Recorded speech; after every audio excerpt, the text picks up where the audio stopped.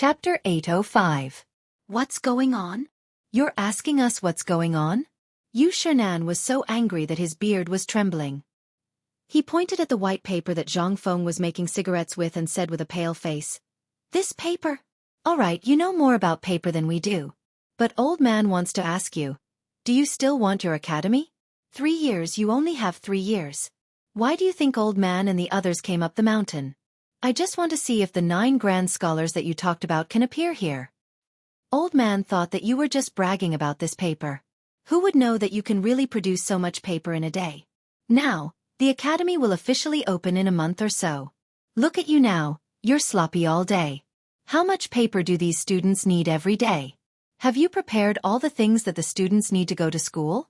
Zhang Feng was asked 3 times in a row by Yu Shernan and didn't know what to say. Weren't you all doing well before? What's wrong with you?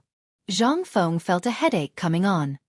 Dear teachers, I also want to wait for this white paper to come out. After you use it and are satisfied, I'm going to tell you about it. Since all of you are so considerate of my academy, then I'll tell you my plan. Yu Shernan and the others automatically filtered out Zhang Feng's words about what would happen after they were used. From the moment they came up the mountain, they didn't give Zhang Feng a chance to talk about it. Now that Zhang Feng said so, they reacted. Bring me a brush and ink. Yu Shernan waved his sleeves and looked at Zhang Feng. Zhang Feng looked around and saw that everyone was staring at him.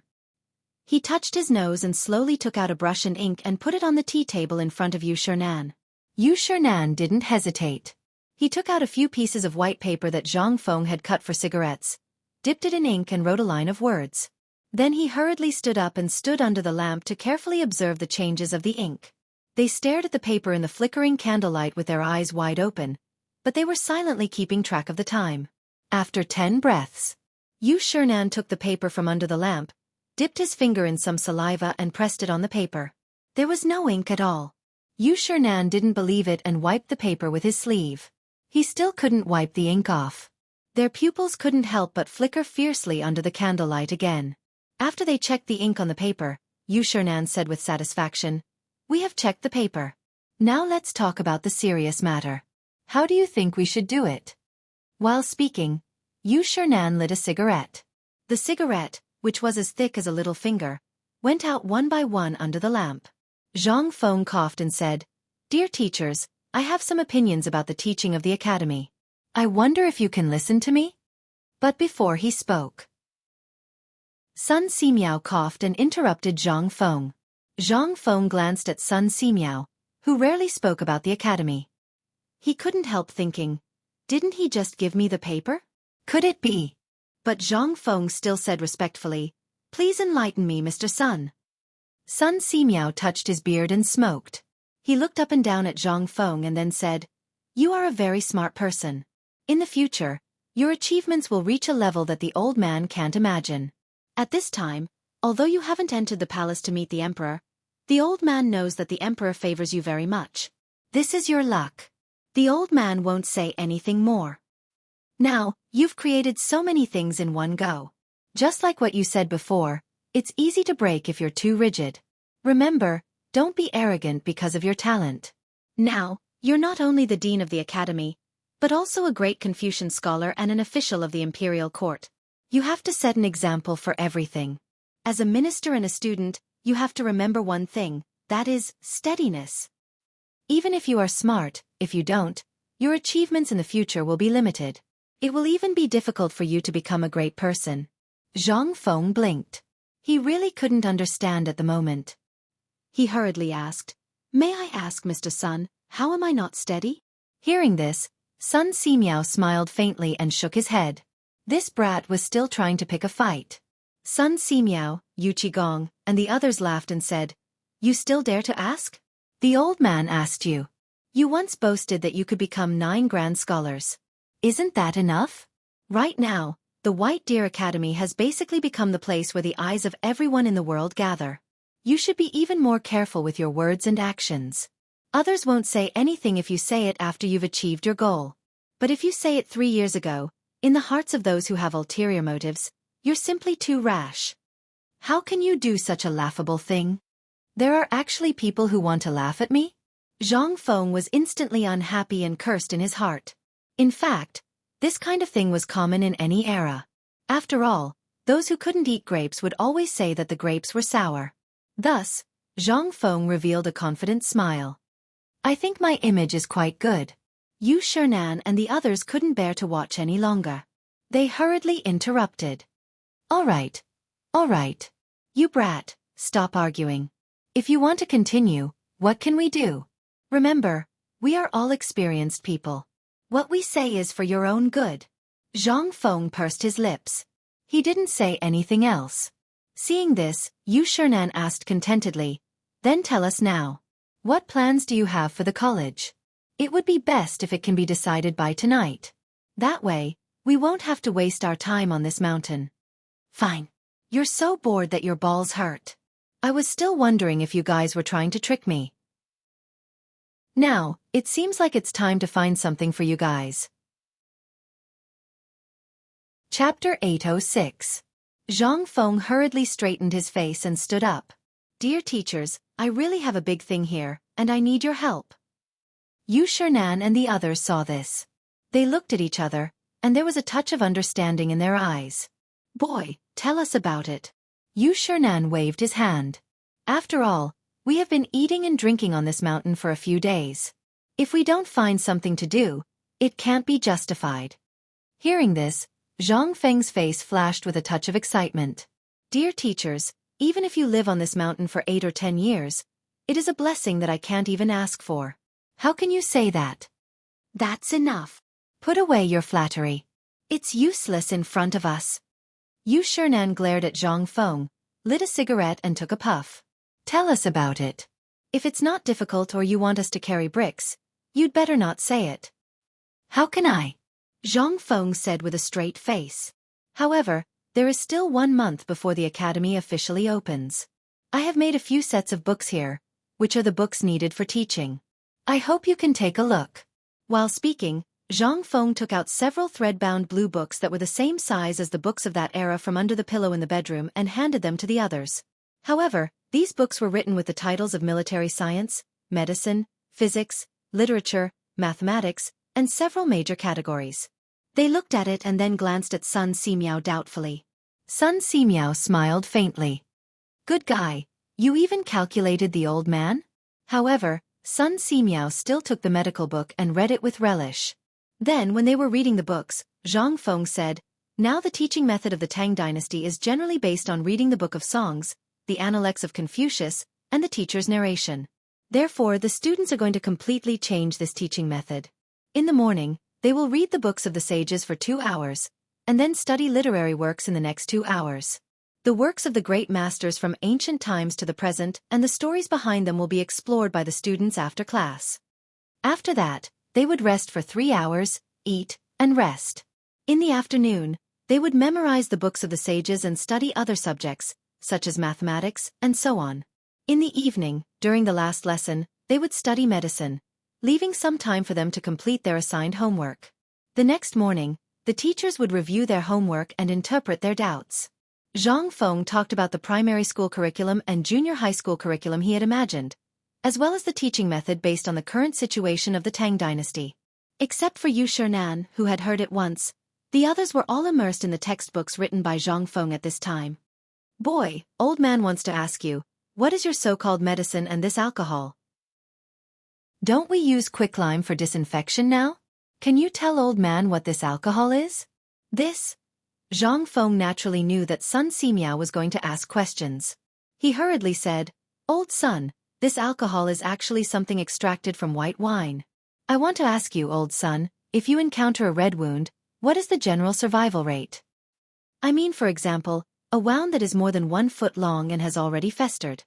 Yu Shernan and the others heard this and couldn't help but raise their heads curiously. They also had a lot of questions, but when they heard the word alcohol, they couldn't help but be interested. Sun Simiao said without thinking, if it's a leg or a hand, if it's in spring or summer, if old man or a doctor personally takes care of it, it's basically possible to survive more than a month's weather. What if it's on the battlefield? Or the wound has already festered? Zhang Feng asked again. A handful of quicklime, and the rest depends on the person himself and the medicine. As for whether it can be cured or not, it depends on the person's body. Sun Simiao continued. Zhang Feng nodded. People in this era didn't know what medicine was at all, let alone what medical care was. If he said too much, the others wouldn't understand. Zhang Feng just said, if such a person is in my hands, if I say that I have a 100% chance of saving his life, would you believe it? And in addition to not being able to regenerate broken limbs, I also know the blood for blood technique. Would you believe it? When Sun Simiao heard this, his expression changed abruptly. He flipped open Zhang Feng's magical medical book again, took a deep breath, and said solemnly, Kid, I don't know who your teacher is, but with this medical book in old man's hands, you will definitely surpass Bien Ke, Hua Tua, and other medical sages. Why did you publicize this magical medical book to the public? Do you know the importance of this book? Once it spreads, your White Deer College will instantly become the target of public criticism? Zhang Feng smiled. The road needs people to walk on it. When many people walk on it, it will naturally appear. Look at the road. I naturally know what I'm doing. Chapter 807. Yet another famous phrase from his mouth. Yu Shernan and the others felt that Zhang Feng's appearance was simply a blow to them. However, Zhang Feng continued, Elder son, at the end of this book, there are all the annotations of what I just said. If you really don't understand, how about I give you a practical experiment when I have time? Also, I have prepared some alcohol and some toothpaste. The people on this mountain will more or less be injured. Why don't you experiment according to what I wrote in the book? No. Boy, are you sure that these things can be learned by everyone? Sun Simiao didn't ask whether Zhang Feng was telling the truth.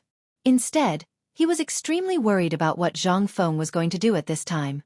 Although he also knew that if this thing in his hand was spread out, the more people who learned it, the more benefits the people of the Tang dynasty would receive, he didn't know whether this was good or bad. Zhang Feng smiled indifferently.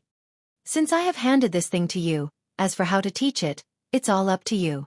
As for how many disciples you want to accept and how many good seedlings you find, you need to select from these disciples on the mountain. You know, boy. Lazy? Sun Simiao smiled speechlessly. Well, since you dare to not take out such a peerless book, then Old Man will accompany you in your madness. Old Man wants to see what kind of waves this medical book of yours can create. Also, this old man would like to see what you can achieve with your so-called physics and this science. Since you're willing to give us your trump card, then if we don't give you a reassuring pill, you'll definitely get angry. Yu Shernan closed the book in his hand. After exchanging glances with Ouyang Soon and the others, he added, Boy, as Elder Sun said, whether it is the medical book or the things in our hands, since you are so assured, although we don't know whether this method is right or not since you said so, we will treat it as an attempt. If it succeeds, you will be a hero of the Tang dynasty and the hero of our thousands of students, but are you sure that the things in this book can be taught? Yu Shernan waved the book in his hand and asked. Zhang Feng shook his head and said, It can be taught. As for how to teach, it depends on the teachers. I mean, in each book, I have marked the difficulty level. As for the new students, I still suggest that everyone should have a basic understanding. That is to say, the first 10 pages can be taught at will. After that, I will perfect this novice teaching material with the teachers. From the 11th page to the 20th page, I'm going to teach this student tomorrow. Of course, in the second year, we'll be able to pick out the good and bad results, as well as what a person is suited for and what kind of talent they have. We'll focus on nurturing them. As for the last 10 pages, we can teach them in the third year. Chapter 808. The next morning. Zhang Feng got up early, which was rare for him. He sneaked out of the crowd and found Cripple Wang. Cripple Wang was so excited when he heard Gao Can say that Zhang Feng was looking for him that he almost jumped 3 feet high. Since he took over the business of making beer cans, he had the final say in the market of bamboo and wooden barrels in the Chang'an brewery. Because of Zhang Feng's appearance, Cripple Wang and his family, as well as the veterans in the reclining workshop, could not only fill their stomachs, but also find a good match on the mountain. How could Cripple Wang not be excited? As soon as he entered Zhang Feng's room, Cripple Wang was so excited that he almost bowed down and worshipped him. Zhang Feng did not wait for him to react. He hurried out of the room and whispered in his ear, "Come with me." Although he did not know what Zhang Feng was doing so mysteriously. However, Cripple Wang was someone who had been on the battlefield, so he still had a discerning eye.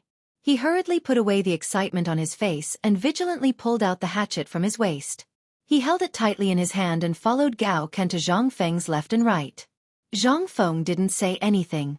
He led the two of them around the stone road that was being paved at the construction site. After that, they went to the forging workshop to take a look. Then, they went into another valley beside the forging workshop.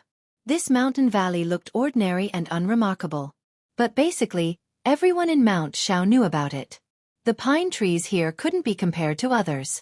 Not to mention the pine trees that required 3 people to wrap around. Even the pine trees that required 10 people to wrap around were everywhere. And all the wooden things in Xingshan Academy were made from this place. At this time, Cripple Wong could not help muttering in his heart. This place not only produced pine trees, but also a kind of wild rabbit that specialized in eating wild rabbits with pine nuts. The meat of this thing was very famous even in Chang'an. Could it be that the dean called them here early in the morning to hunt rabbits? However, before the 3 of them entered the woodworking factory that was covered with white bark, they heard 2 loud shouts and hearty laughter coming from the corner in front. Ha ha ha, Chen Tinyu, you've lost. Hurry up and give Lao Tzu 10 shots. Bull **T. You're the one who cheated, okay? Lao Tzu even chased the hare into the tree hole. Don't tell me that Lao Tzu didn't know to catch it himself. Hearing Chang Chumo's familiar voice, Zhang Feng was a little confused. These people were the kind of people who wouldn't get out of bed until the sun was up. Why were they here so early? It was as if the sun had risen from the west. Without waiting for Zhang Feng to take any action, a loud sound of wind breaking could be heard. Gao Can's hair instantly stood on end. He couldn't care about anything else and rushed towards Zhang Feng. It was also at this moment that a wooden stick as thick as an arm swept over the top of their heads. Chen Tinyu, are you trying to take Lao Tzu's life? Zhang Feng was finally angry. Looking at the wooden stick not far away, his eyelids twitched wildly. If it really hit him, not to mention breaking his arms and legs, he wouldn't even be able to keep his life. Chang Chumo and Yuchi Baolin, who were fighting together, were shocked when they heard this. Li Chengqian and the others, who were squatting at the side, were also shocked. They hurriedly got up and rushed over in a panic. The moment they saw Zhang Feng, their expressions changed abruptly. Fengzi, why are you here? F***CK. Gao Can, are you a blockhead? Why didn't you tell us that Fengzi was coming? Fengzi, are you okay? The few of them hurriedly propped Zhang Feng up and pinched here and there. Zhang Feng was a little annoyed. Let me ask you, what are you doing here so early in the morning? Seeing that Zhang Feng was fine, the few of them breathed a sigh of relief. They mysteriously brought Zhang Feng to the place where they were just now. This was the place where all the beams, purlins, and doors and windows were made on the abandoned mountain. It was convenient to use the local materials. The few of them also made a few small wooden houses with wood here, which looked quite artistic. Entering one of the slightly larger wooden houses, the first thing that entered his nose was the smell of rosin. There were also 3 roasted hares roasting in the fire in the middle of the wooden house. Fengzi, isn't it because I saw you talking to those old fellows too late last night? The few of us were thinking of getting some wild game to satisfy your cravings. Zhang Feng didn't believe that these people would be so kind. He asked suspiciously, "Really?" Li Chengqian pointed at the hares on the fire, and then pointed at the pile of rabbit skins outside the door. "Look, these are still fresh. We were planning to have a good drink when you woke up. You are unaccountably solicitous. Tell me, what do you want?" Zhang Feng immediately became alert. Li Chengqian was taken aback when he heard that. "Zhang Feng, we brothers have been smoking for the past 2 days and nearly smoked ourselves to death, not to mention you. We brothers think that you need some nourishment, so we're thinking of changing your name. Fine, if you don't want to eat it. We can eat it." Hearing that, Zhang Feng breathed a deep sigh of relief. In the past few days, he was really scared of being extorted by these people. At this time, hearing what they said, Zhang Feng felt that they were really greedy and came to get hares. Chapter 809. They shouted that they had been wronged. Zhang Feng didn't think much of it. He flipped through the golden rabbit and slowly took out a few bottles and jars from his bosom. Instantly, the eyes of Li Chengqian and the others lit up. Zhang Sun Chong was even more surprised as he asked, "Could it be that you're also here to hunt this game? Do you think Lao Tzu is as lazy as you?" Zhang Feng rolled his eyes. Lao Tzu is here for something important. Who would be like you? You're tired of eating beggar's chicken, so you're here to hunt game behind my back? Hey! Cheng Chumo couldn't take it anymore. He pushed Yuchi Baolin and said, "It's all because of this kid. The three of them said they wanted to give you a gift and came to us early in the morning. In the end, it was Li Gon who spoke. We thought about it and felt that you don't lack anything except delicious food. So we asked a few people and learned that the wild rabbits here are good. That's why we came here to hunt some wild rabbits for you." Iron Bull. It's my fault. I didn't tell Fengzi in advance. This is my fault. Since Brother Fengzi doesn't like it, I'll go down the mountain now. Come on, you guys. Stop acting. You're not cut out for it. Zhang Feng was speechless as he looked at their clumsy acting skills. This time, I really didn't come here for this. Otherwise, have you ever seen me wake up so early? Seeing that Zhang Feng had exposed them, they didn't feel embarrassed. Instead, they asked curiously, "Then what are you doing here?" Zhang Feng tore off a rabbit leg and said as he chewed, "Do you remember that I was looking for carpenters?" Hearing this, Li Chengqian's eyes flashed. "Are you talking about the carpenters that your father-in-law found for you?" Zhang Feng wanted to explain, but he was too lazy to do so. Anyway, these people wouldn't believe him. He nodded and said, "That's them. Didn't you notice that there was a group of people in the forest who were also doing carpentry?" When they heard this, they thought for a while and really remembered. A group of mysterious craftsmen came to this forest. They didn't cut down trees every day. Instead, they wandered in the forest and finally carried a few odd-looking trees or roots the size of an arm into a bamboo forest. No one knew what they were doing. As long as there were strangers, they would immediately stop and hide the things they made as if they were treasures. So it turned out that these people were found by Fengzi, this kid? A few people couldn't help but come forward and ask, "What are these people doing?" Anyway, I heard that it's quite mysterious. Mysterious? Zhang Feng smiled. You'll know soon enough.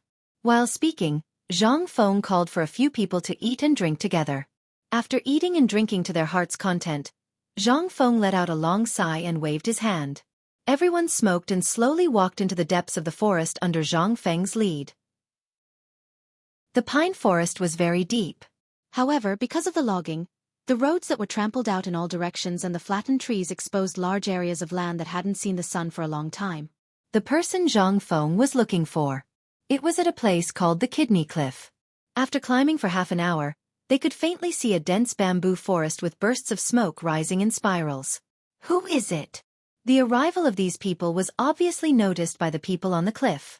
After a shout, Zhang Feng hurriedly waved his hand. It's me, Fengzi. Hearing this, there was no movement for a moment, but there was a rustling sound. When they climbed up the cliff, the top of the cliff was very spacious. It was at least 100 square meters.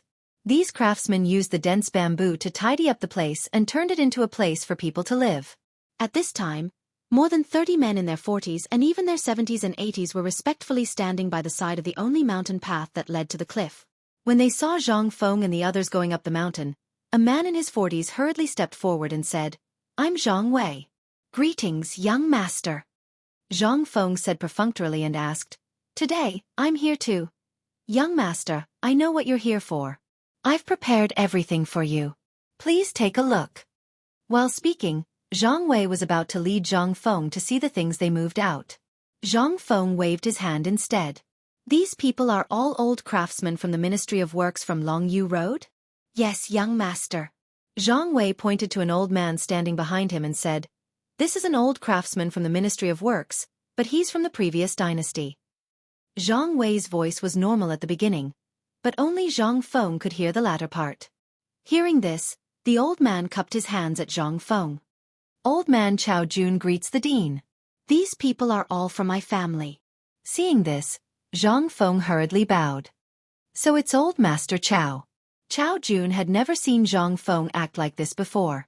Seeing this, he was shocked and hurriedly reached out to help Zhang Feng.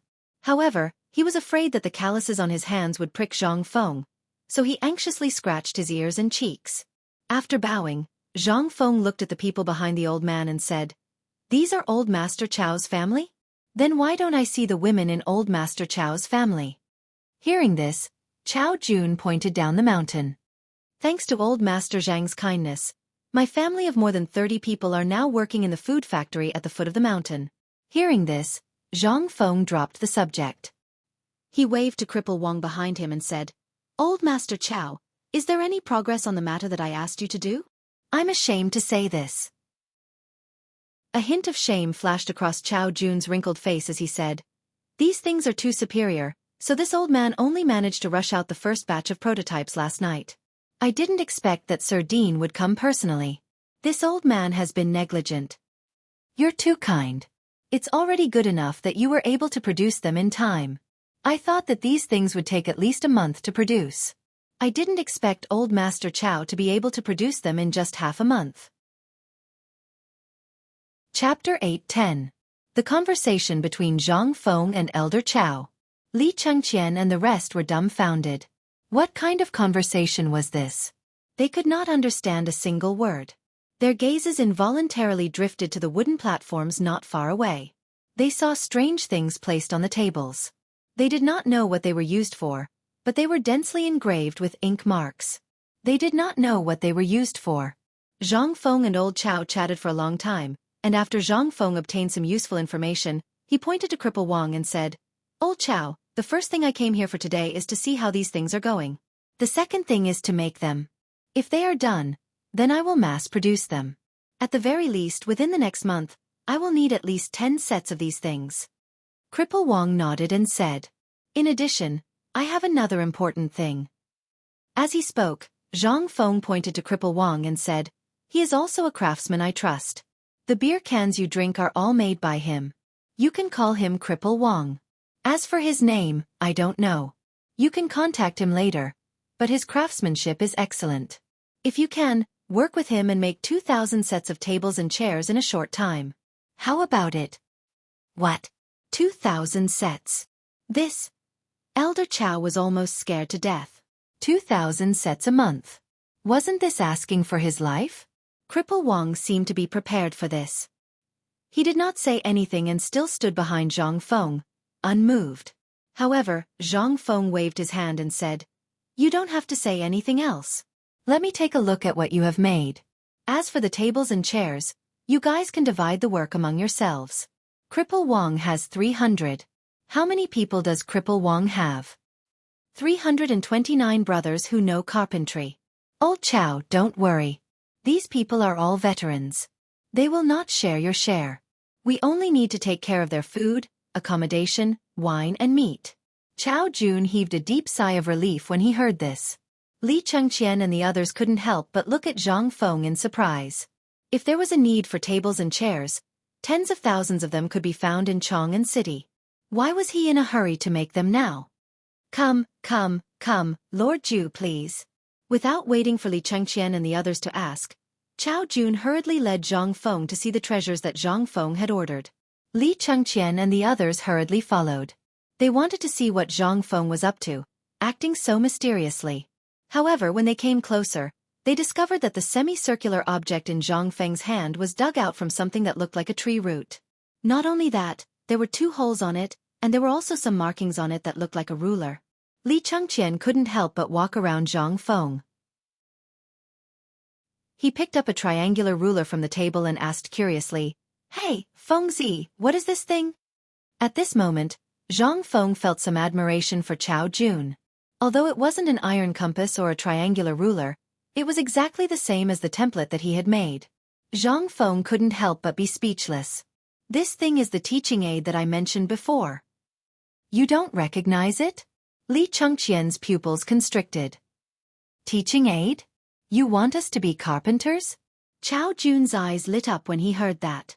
Although Li Chengqian and the others didn't know their identities, they looked quite extraordinary from the way they were dressed. Chao Jun couldn't help but feel a little excited. Zhang Feng looked at Li Chengqian as if he was looking at an idiot. When did I say that I wanted you to be a carpenter? Do you think I want you to kill people just because I asked you to buy a knife? What are you thinking about? Li Chengqian heard that and finally calmed down. He waved the triangular ruler in his hand and said, Then what is this thing for? Cheng Chimo wanted to play, but Li Chengqian glared at him and stopped. If he were to play with this thing, Wouldn't it be ruined? Zhang Feng looked at the compass, triangular ruler, and other things one by one. He looked at Chao Jun and said, "This thing is not bad. Make it according to this. If you can get some white paint on it, that would be even better. But it's okay, just follow this." Then, Zhang Feng looked at Li Chengqian and said, "Do you still remember how to calculate? This thing will be the main tool for calculation in the future. Do you want to ask, since you can memorize the multiplication and division table, what's the use of this thing?" Zhang Feng didn't wait for Li Chengqian to ask. Instead he asked directly. Li Chengqian nodded. "Because what you have learned is just the tip of the iceberg." After that, Zhang Feng took out a blueprint from his chest and waved his hand to get Old Chow and Cripple Wang to come closer. Zhang Wei, Li Chengqian, and the others instantly surrounded him. They saw Zhang Feng's blueprint. Blueprints of modern desks and benches were laid out on the paper. Zhang Feng looked at Chao Jun and said, "How is it, Elder Chao? Are you confident? Can you make this thing?" Chao Jun and Cripple Wang both frowned and stared at the blueprint for a long time.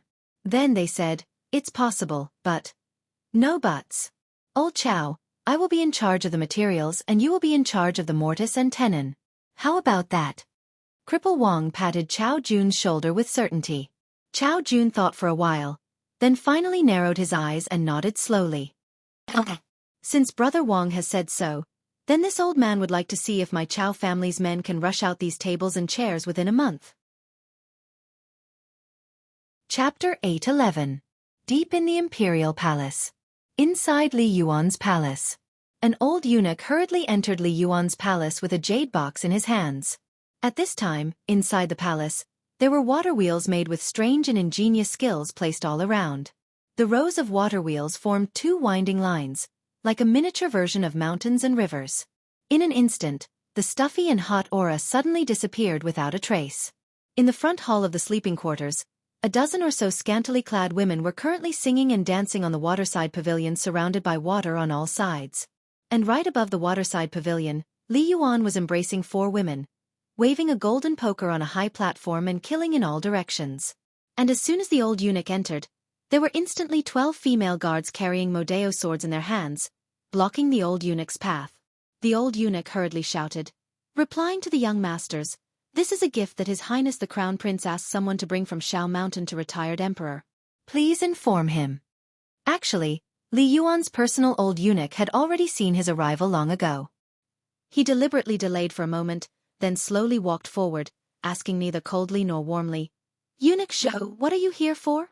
The old eunuch who just came in hurriedly bowed and said, replying to Eunuch Ling, "This one is under the Crown Prince's orders to deliver a good toy to retired emperor."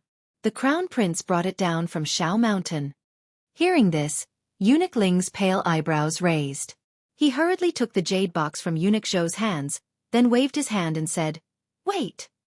Then, he hurriedly bypassed the waterside pavilion, stepped into the pavilion on the second floor, and handed the jade box to Li Yuan.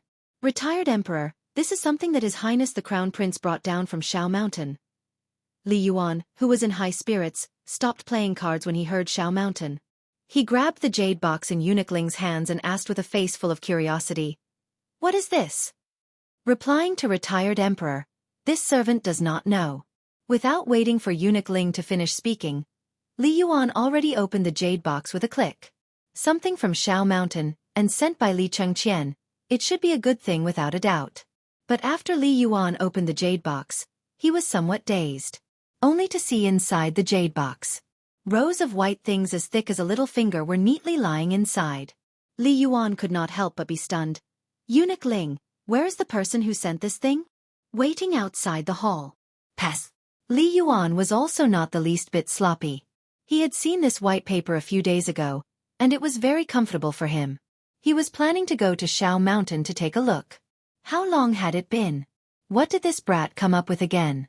Not long after, Eunuch Zhou bowed and followed Eunuch Ling forward. At this time, Li Yuan no longer had the mood to enjoy the singing and dancing and playing cards. With a wave of his hand, he dismissed the crowd. Holding the cigarette in front of his nose, he sniffed it and asked, "Let me ask you, did the Crown Prince really bring this thing down from Shao Mountain?" "In reply to your Majesty, it was His Highness the Crown Prince's personal bodyguard who sent him back to the palace." Eunuch Zhou quickly prostrated himself on the ground. Li Yuan asked again. What is this? Tell me clearly, what is the use of this thing? Seeing this, Eunuch Zhou prostrated himself even lower. Replying to your majesty, this thing is called a cigarette. It's also called a cigarette by the Crown Prince and the others. It was created by Prince Zhang. This thing can refresh the mind and... To refresh the mind? Cigarettes? Hearing this, Li Yuan's eyes brightened. Following Eunuch Zhou's instructions, Li Yuan gently lit the cigarette above the oil lamp. However, that snatching smell made Li Yuan cough involuntarily. When those female bodyguards saw this, their expressions changed greatly. They shouted in unison and were about to chop off Eunuch Zhou's head. Eunuch Zhou seemed to have guessed it long ago. He hurriedly shouted, Your Majesty, this thing will be like this for the first time. His Highness the Crown Prince said that this thing is like Prince Zhang's wine. Would your Majesty please allow this servant to demonstrate a thing or two? Quick, quick, quick. Where did all this nonsense come from? Li Yuan drank a large jar of water. Only then did he stop coughing. He looked at the cigarette in Eunuch Zhou's hand with some surprise. Eunuch Zhou climbed up and took out half a cigarette from his bosom. Then, he lit it on the lamp beside the waterside pavilion and demonstrated for Li Yuan to see. Seeing this, Li Yuan came to a realization. According to the old eunuch's instructions, after 3 cigarettes, other than his head being a little dizzy, everything else was fine. Moreover, because of sleep problems, he, who had always been dizzy, appeared particularly energetic at this time. Li Yuan could not help but look at the cigarette in shock. Then Zhan asks you, did you Shernan and the others have any comments on this thing? You Shernan and the others were on the mountain. It was impossible for them not to know about this matter. Whether it was good or bad, as long as they asked, they would know. Eunuch Zhou could not help but be stunned. After hesitating for a moment, Li Yuan frowned slightly. Summon the Crown Prince's bodyguard commander to come see Zhan quickly. These people did not know? But how could he not know about the bodyguard commander who stayed on the mountain all day? Seeing this, Eunuch Ling flung his whisk and stood at the entrance of the hall, shouting, Come, summon the Crown Prince's bodyguard commander to see His Majesty. At this time, Li Yuan was even more eager to go up the mountain to take a look. While smoking, Li Yuan walked out of the main hall. Without waiting for Li Yuan to walk out of the main hall, Li Chengqian's Hu Wei commander had already appeared at the entrance of the main hall.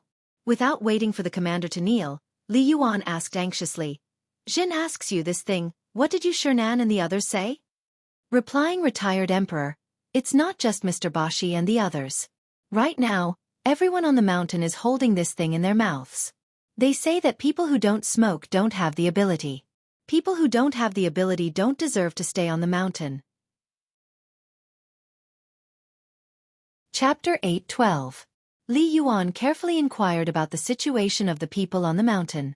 Even the matter of Gao Can and Li Chengqian getting drunk on cigarettes, as well as the blunder caused by Zhang Feng smoking for the first time, entered Li Yuan's ears.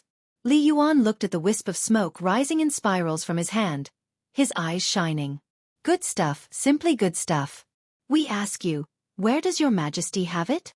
Yes, the various dukes sent it to the imperial palace yesterday. However, the strength of yesterday's cigarette was too great. The Crown Prince felt that your Majesty would not be able to bear it. As a result, when Prince Zhang's improved cigarette was produced today, the Crown Prince hurriedly ordered this lowly subordinate to deliver it to retired emperor immediately. At the beginning, Li Yuan was still somewhat annoyed. However, after hearing the imperial bodyguard commander say that the improved cigarette was delivered, his anger turned to joy. Not bad. At least this fellow has a bit of conscience. Come, come, come. Eunuch Ling, distribute the cigarettes, one for each person. Accompany us to have a taste. This is the treasure of Mount E. Hearing this, the eyes of Li Yuan's concubines instantly brightened. Chattering, they surrounded Li Yuan. However, there were only 20 or so cigarettes in a box. Li Yuan personally lit a few cigarettes for the concubines, having them take turns smoking. Afterwards, the people at his side did the same. Soon, only 3 cigarettes remained in the box. However, Li Yuan was not afraid. Right now, he was the vice principal of Mount E. Anyone could have less of these cigarettes, but could he?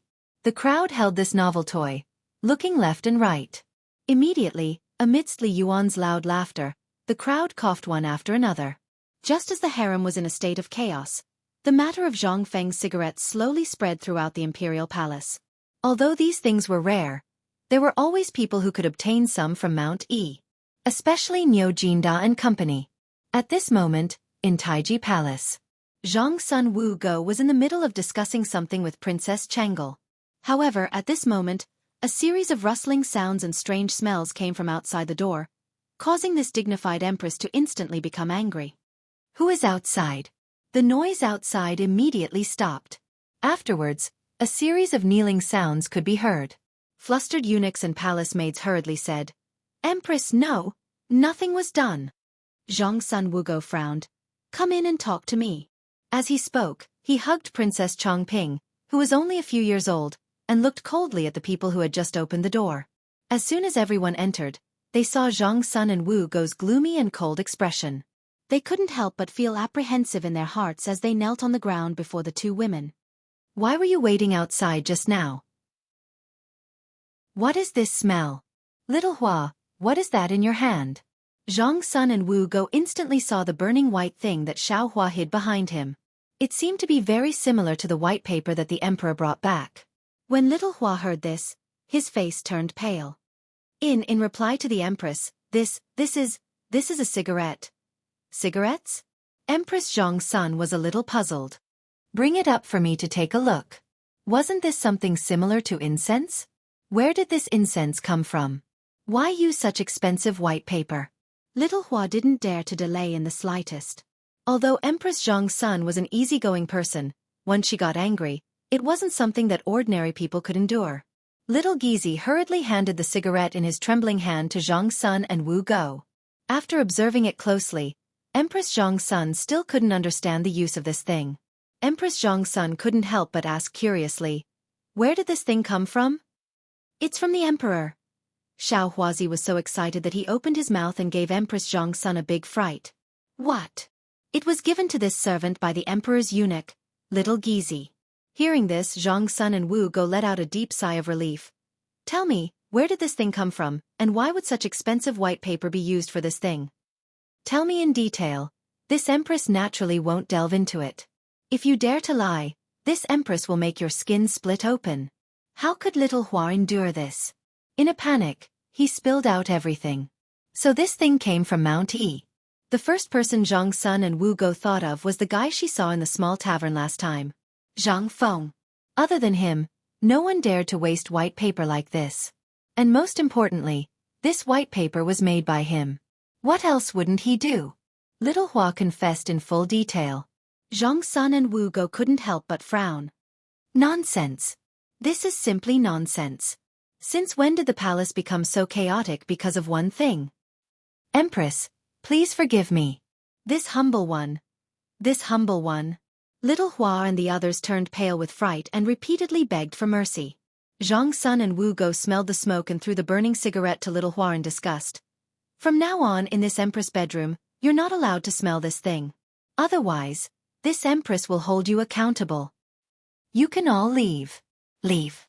As if thinking of something, Zhang Sun and Wu Go asked when they were about to be released, "Where is the emperor now?" Little Hua trembled when he heard this. In the imperial study. Prepare the imperial study." Chapter 8:13. In the imperial study. Li Shimin was lying on the soft couch with his clothes in a mess. Yu Qigong, Niu Jinda, Chang Yaojin, and Qin Qiong were sitting on the benches next to him, smoking and bragging. They were talking about the interesting stories of Zhang Feng in the academy. Li Shimin laughed and said, "So, Fengzi's research institute is open just like that?" No one knew what Li Shimin was talking about. Niu Jinda couldn't help but ask in confusion, "Your Majesty, what is the research institute you are talking about?" "Haha, you won't understand even if I tell you. But those craftsmen from the western regions came at the right time. Dear Niu, tell me, what reward do you want?" Niu Jinda and the others were not fools. From the emperor's words just now, they could tell that something was amiss. Although they didn't know what the research institute was, when the emperor talked about these people, they instantly thought of something. When Niu Jinda heard this, he put the cigarette in his mouth and stood up. "Your Majesty, If you really want to reward me, why don't you give me Zhang Feng's first batch of firearms? No. Cheng Yaojin's eyes turned red. Your Majesty, there is no room for discussion. You promised me that when this thing came out, it would be in my barracks. Come on, the Emperor is talking about the invulnerable shield and spear. When did he say he would give you the guns? Yuchi old second, tell me, am I right? Yuchi Gong touched his beard and slowly glanced at Niu Jinda. I seem to have forgotten what it is, but the Emperor did talk about it that day in the Imperial study. What a joke. The Chang'an barracks was now his and Chang Yaojin's territory. The reason why they were stationed near Shao Mountain was that it was convenient. How could he let the meat that was about to enter his mouth slip away? Although they were brothers, there was no room for discussion on this matter. Li Shimin chuckled as he watched the three of them fight. At this time, he was already a little dizzy. If he hadn't gotten some tea leaves from Zhang Feng and drank them desperately, he might have already been drunk by the smoke. Everyone's faces were flushed red. Li Shimin chuckled and waved his hand to stop them. All right. The thing hasn't been produced yet. What are you guys fighting over? How about we talk about it after the blunderbuss are produced? By the way, Old Black, let me ask you something. Have you seen that Prince Zhanla these days? Seeing that the Emperor had suppressed this matter, although everyone felt indignant, they didn't dare to say anything. As Cheng Yaojin smoked, he thought for a while and said, that kid has been strolling outside Shao Mountain these days. I don't know what he wants to do. Your Majesty, do you want me to send someone to bring him back to Honglu Temple? Besides, he has been in the Tang dynasty for a long time. Should we send him back? No. Li Shimin waved his hand. At this time, Zhen La's situation is still unclear. If I drive him back now, the cunning King Zhanla may misunderstand that I won't help them. This is not good for the Tang dynasty. Forget it. It seems that he wants to go to Fengzi's academy. Just turn a blind eye and let him in. As for the rest, let Zhang Feng take care of it. Okay. When Cheng Yaojin heard this, he sat back down resentfully. Your Majesty is really in a good mood. At this time, Empress Zhangxuan's somewhat angry voice sounded at the door. As the voice sounded, Shao Gizi helplessly pushed open the door of the imperial study.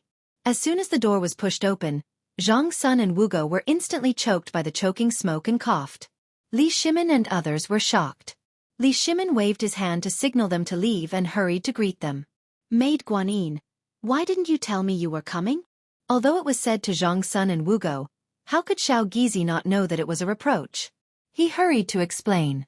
Zhang Sun and Wugo glared at Li Shimin speechlessly and said, if I didn't come, second brother would probably set the entire imperial study on fire.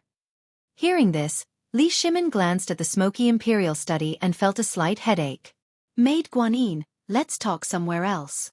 Shao Gizi, let's go to the bedroom. While speaking, Li Shimin followed Zhang Sun and Wugo. Along the way, Zhang Sun and Wugo were very annoyed. It was full of the smell of smoke. Even the eunuchs they met along the way smelled like this. It was not that she hated this smell. It was that the smell of this thing was simply too unpleasant. It was uncomfortable. Your Majesty, this thing smells so bad. Why is it that all I see, smell, and hear along the way is this? What's so good about this thing? Seeing Empress Zhang Sun grumble. Only then did Li Shimin realize something.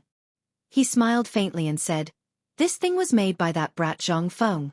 You don't say, this thing is really magical. Before this, I had to take a nap at noon every day, and I would have a headache every night. But now that I have this thing, I feel 100 times more energetic.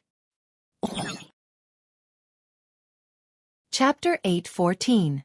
Zhang Sun Wugo rolled her eyes at Li Shimin. I don't think this thing should be made. I don't know what Zhang Feng is doing. In my opinion, this thing is a scourge. Look at you. Do you still look like an emperor? As soon as they entered the bedroom, only then did Zhang Sun Wugo help Li Shimin take off his outer robe as he nagged. Li Shimin laughed and hugged Zhang Sun Wugo. Guanyin, you don't know. It's this little thing. You don't know that everyone on Shao Mountain is smoking it now. There's even a rumor that people who don't smoke aren't men. There's also a ballad that says that a person who doesn't smoke isn't a man. There's also a ballad that says that a cigarette before a meal is a celestial being, and a cigarette after a meal is a joyful life. Seeing that Zhang Sun Wugo was about to refute, Li Shimin hurriedly said. Do you still remember Mr. Bo Shi and the others? Zhang Sun Wugo didn't know what to say.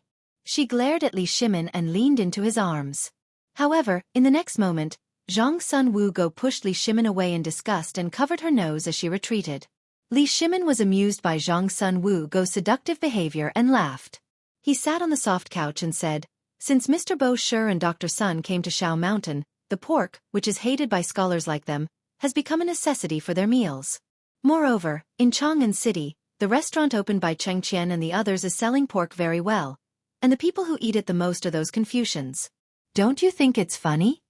Zhang Sun Wugo saw that Li Shimin had changed the topic, so she couldn't continue to hold on to it. Sitting next to Li Shimin, she asked, this boy's pork is good. I don't know how he made it. Did he develop it together with Dr. Sun? This concubine once asked the imperial physicians in the palace, and they said that a lot of Chinese herbs were added to the braised meat. Wrong, this thing was made by Feng Zi. If Dr. Sun could make this thing, he would have done it long ago. Li Shimin smacked his lips. He waved his hand and rushed out, shouting at the door. Little Gizi, order Imperial Chef Zhou to quickly bring the braised meat to Zhen. At the mention of braised meat, Li Shimin felt hungry. He said with some admiration, once the pork was sold, the pigs that I was worried about to be harvested to fight against the plague of locusts all became treasures. Not only did I not suffer a loss, but I also earned a lot of money just like this kid said. Are you talking about the tens of millions of pigs that have troubled you for a long time? Zhang Sun and Wu Go were also surprised. But when he thought about it, he couldn't help but be slightly shocked. Did this kid just casually deal with the matter that he had mentioned before the locust outbreak? Could it be that this kid knew about the locust plague from the very beginning? Furthermore, he already knew how to make braised meat. Then, second brother then, the beggar's chicken. At the mention of the beggar's chicken, Li Shimin was even more excited. Wasn't Zhen having a headache about those things before? Now, with this kid doing this, the shortage of food in the military camp mainly depends on selling these chickens and ducks that no one wants in exchange. Zhen just talked about this with Yu Qigong and the others. I didn't expect that they would make a lot of money because of this. Li Shimin praised Zhang Feng from head to toe. In fact, to put it bluntly, he was just looking for an excuse for this cigarette. Although this thing was a bad thing in the eyes of many people, especially women, it seemed that they were not fated with this thing. However, this was all secondary. The most important thing was that Li Shimin also found that this thing was very dependent on it, just like wine. He didn't know whether it was good or bad, but he didn't want to make Empress Zhang Sun unhappy because of this thing. That was why he made a big fuss. How could Zhang Sun Wugo not know that Li Shimin was beating around the bush? After fiercely glaring at Li Shimin, she said, is second brother looking for an excuse for this cigarette? Although this thing is good, this concubine always feels dizzy from smelling it. I hope second brother takes care of your imperial body. Although this thing is good, there is no need to be like today, right? It's better to smoke less.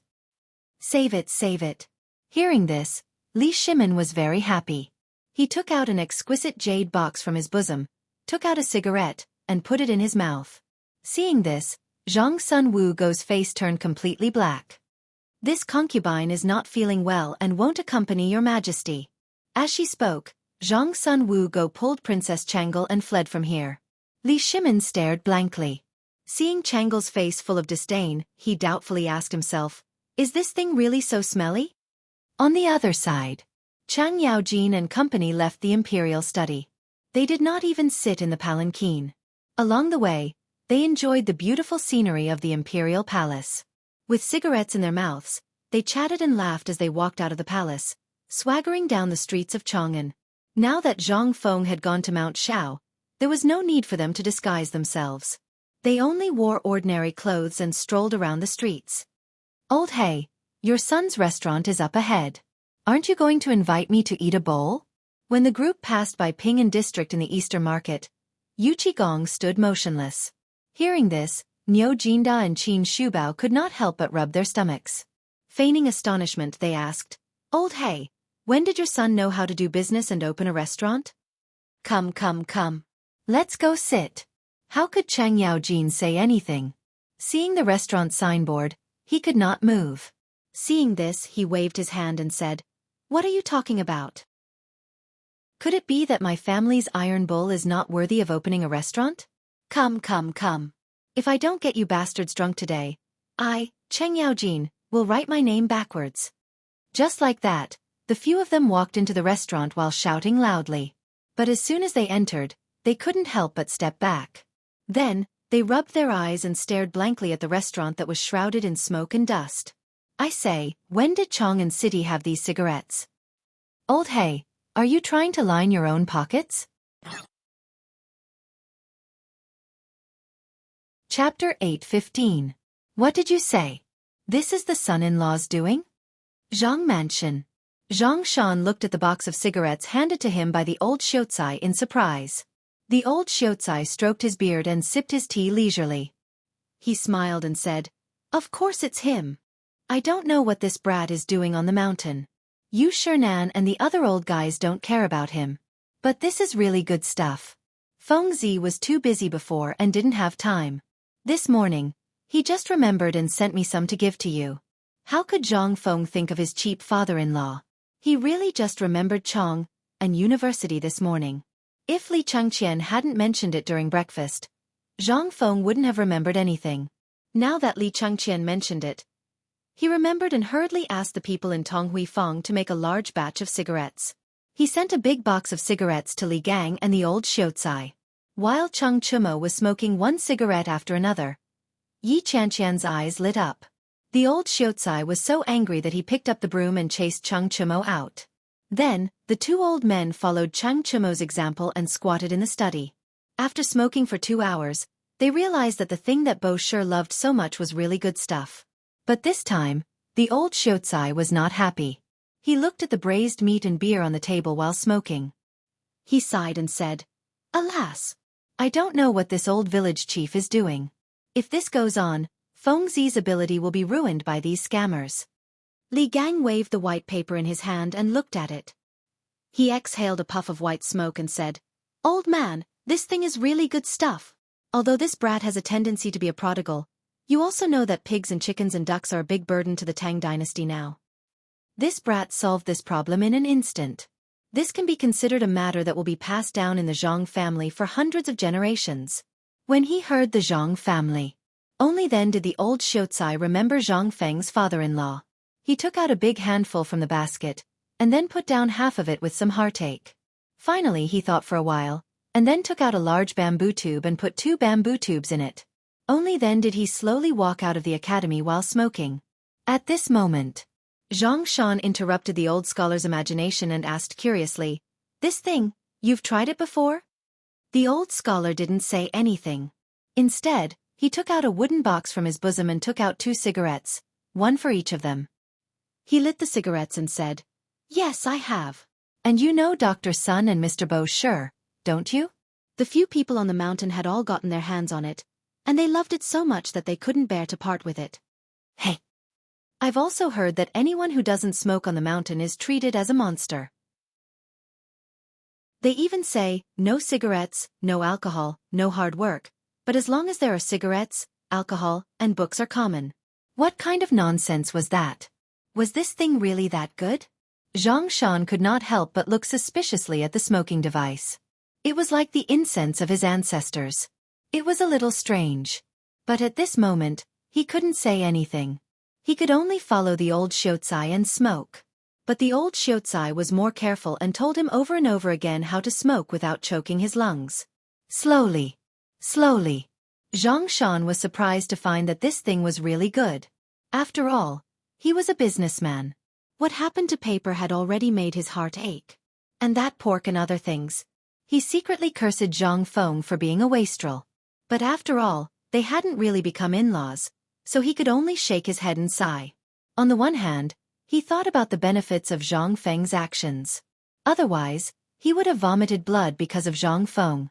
But now that he met the old Xiaocai, Zhang Shan couldn't help but ask with a worried face, "Old Xiaocai, I can see that you treat Feng as your own son, right?" Hearing this, the old Xiaocai's face became serious. Nonsense. Old man cherishes talent. But as soon as he finished speaking, the old Xiaocai shook his head and sighed again. In fact, in his heart, Zhang Feng had long been treated as his own son. But he also knew that with Zhang Feng's temper, he would definitely be unwilling. But he also didn't want to see Zhang Feng's talent go to waste. But since he met Li Yuan and Li Shimin, he realized that he was overthinking. Zhang Feng's achievements would only be an existence that he could only look up to in the future. After Zhang Feng opened White Deer College on the mountain, the old Shoucai buried his thoughts in the bottom of his heart. He believed that with these people around, Zhang Feng would generally be fine. But who would have thought that Feng, this silly boy, would give everything to others? In the future, when he got married and started his own business, what else would he pass on to his descendants? When the old Shoucai thought about this, the vicissitudes of life in his eyes became more obvious. Alas!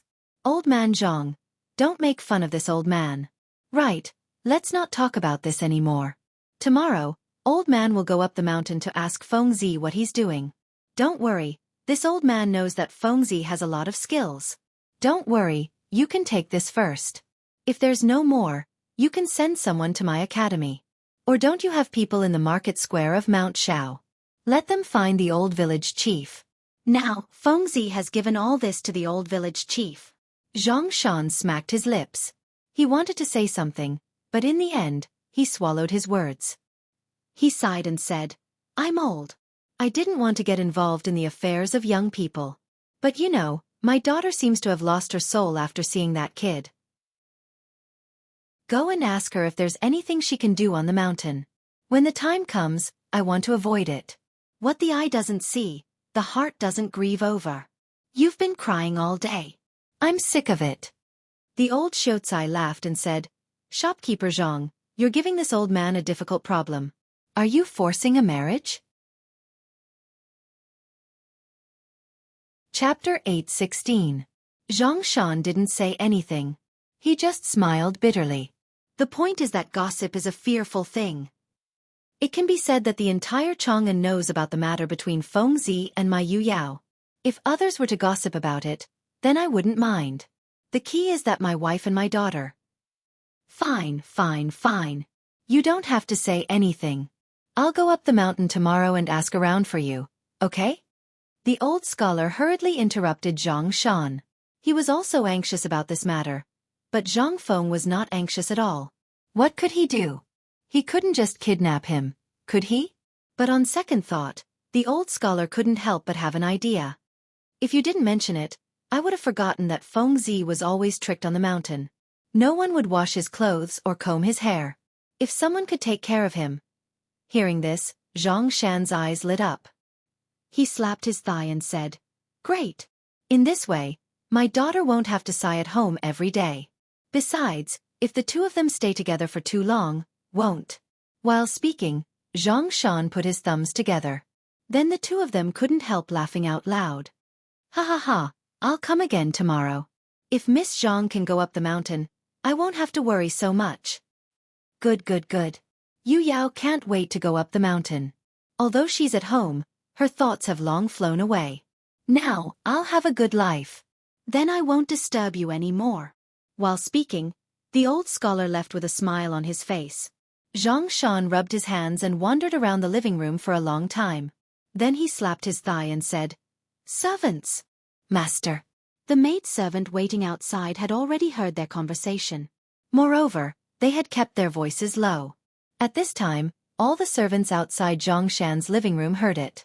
Now that they heard Zhang Feng calling again, all of them unconsciously put their ears around the living room. They already knew about Zhang Feng's matter. At this time, all of them couldn't wait for the master to be happy and send them to work in the mountain. Even if it was to pour night incense, it was a job with status. So at this time, the moment Zhang Shan spoke, everyone instantly tensed up. The cleverest maid rushed in as soon as she heard Zhang Shan's shout. Zhang Shan looked at the door and then looked at the figures on the window paper. How could he not know what these fellows were thinking? She glared at the maidservant and said, Don't just stand there.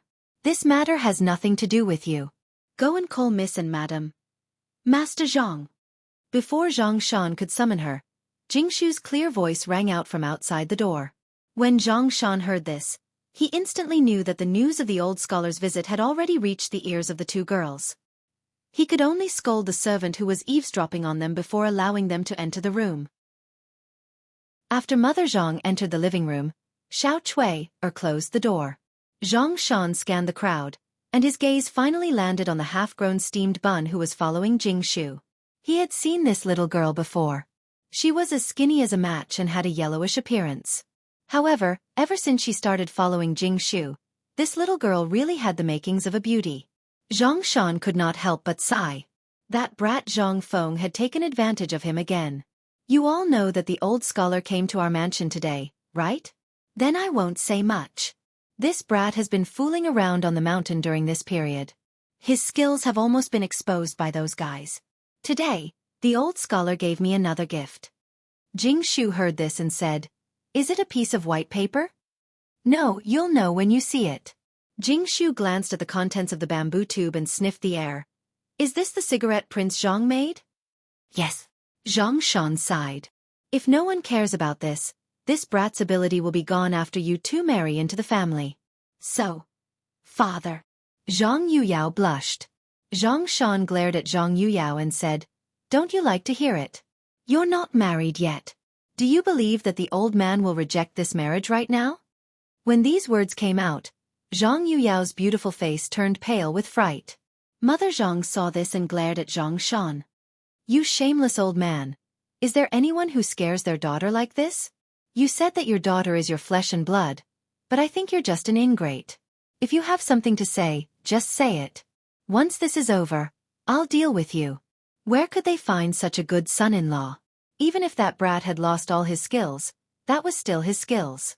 Just now, this brat had caused enough trouble for them to live freely for the rest of their lives. Moreover, he was now a viscount. Even if he did not do anything for the rest of his life and only ate the imperial rations, he would not be able to finish it even if he had 8 lifetimes. Where could they find such a good son-in-law? They had never seen such a person who drove such a good son-in-law out. If the Zhang family's relatives knew about this, it would be strange if they did not banish Zhang Shan from the family tree. Zhang Shan was just joking, but when he saw that the tigress was bored, he could not help but turn pale with fright. "Don't, old man is just joking.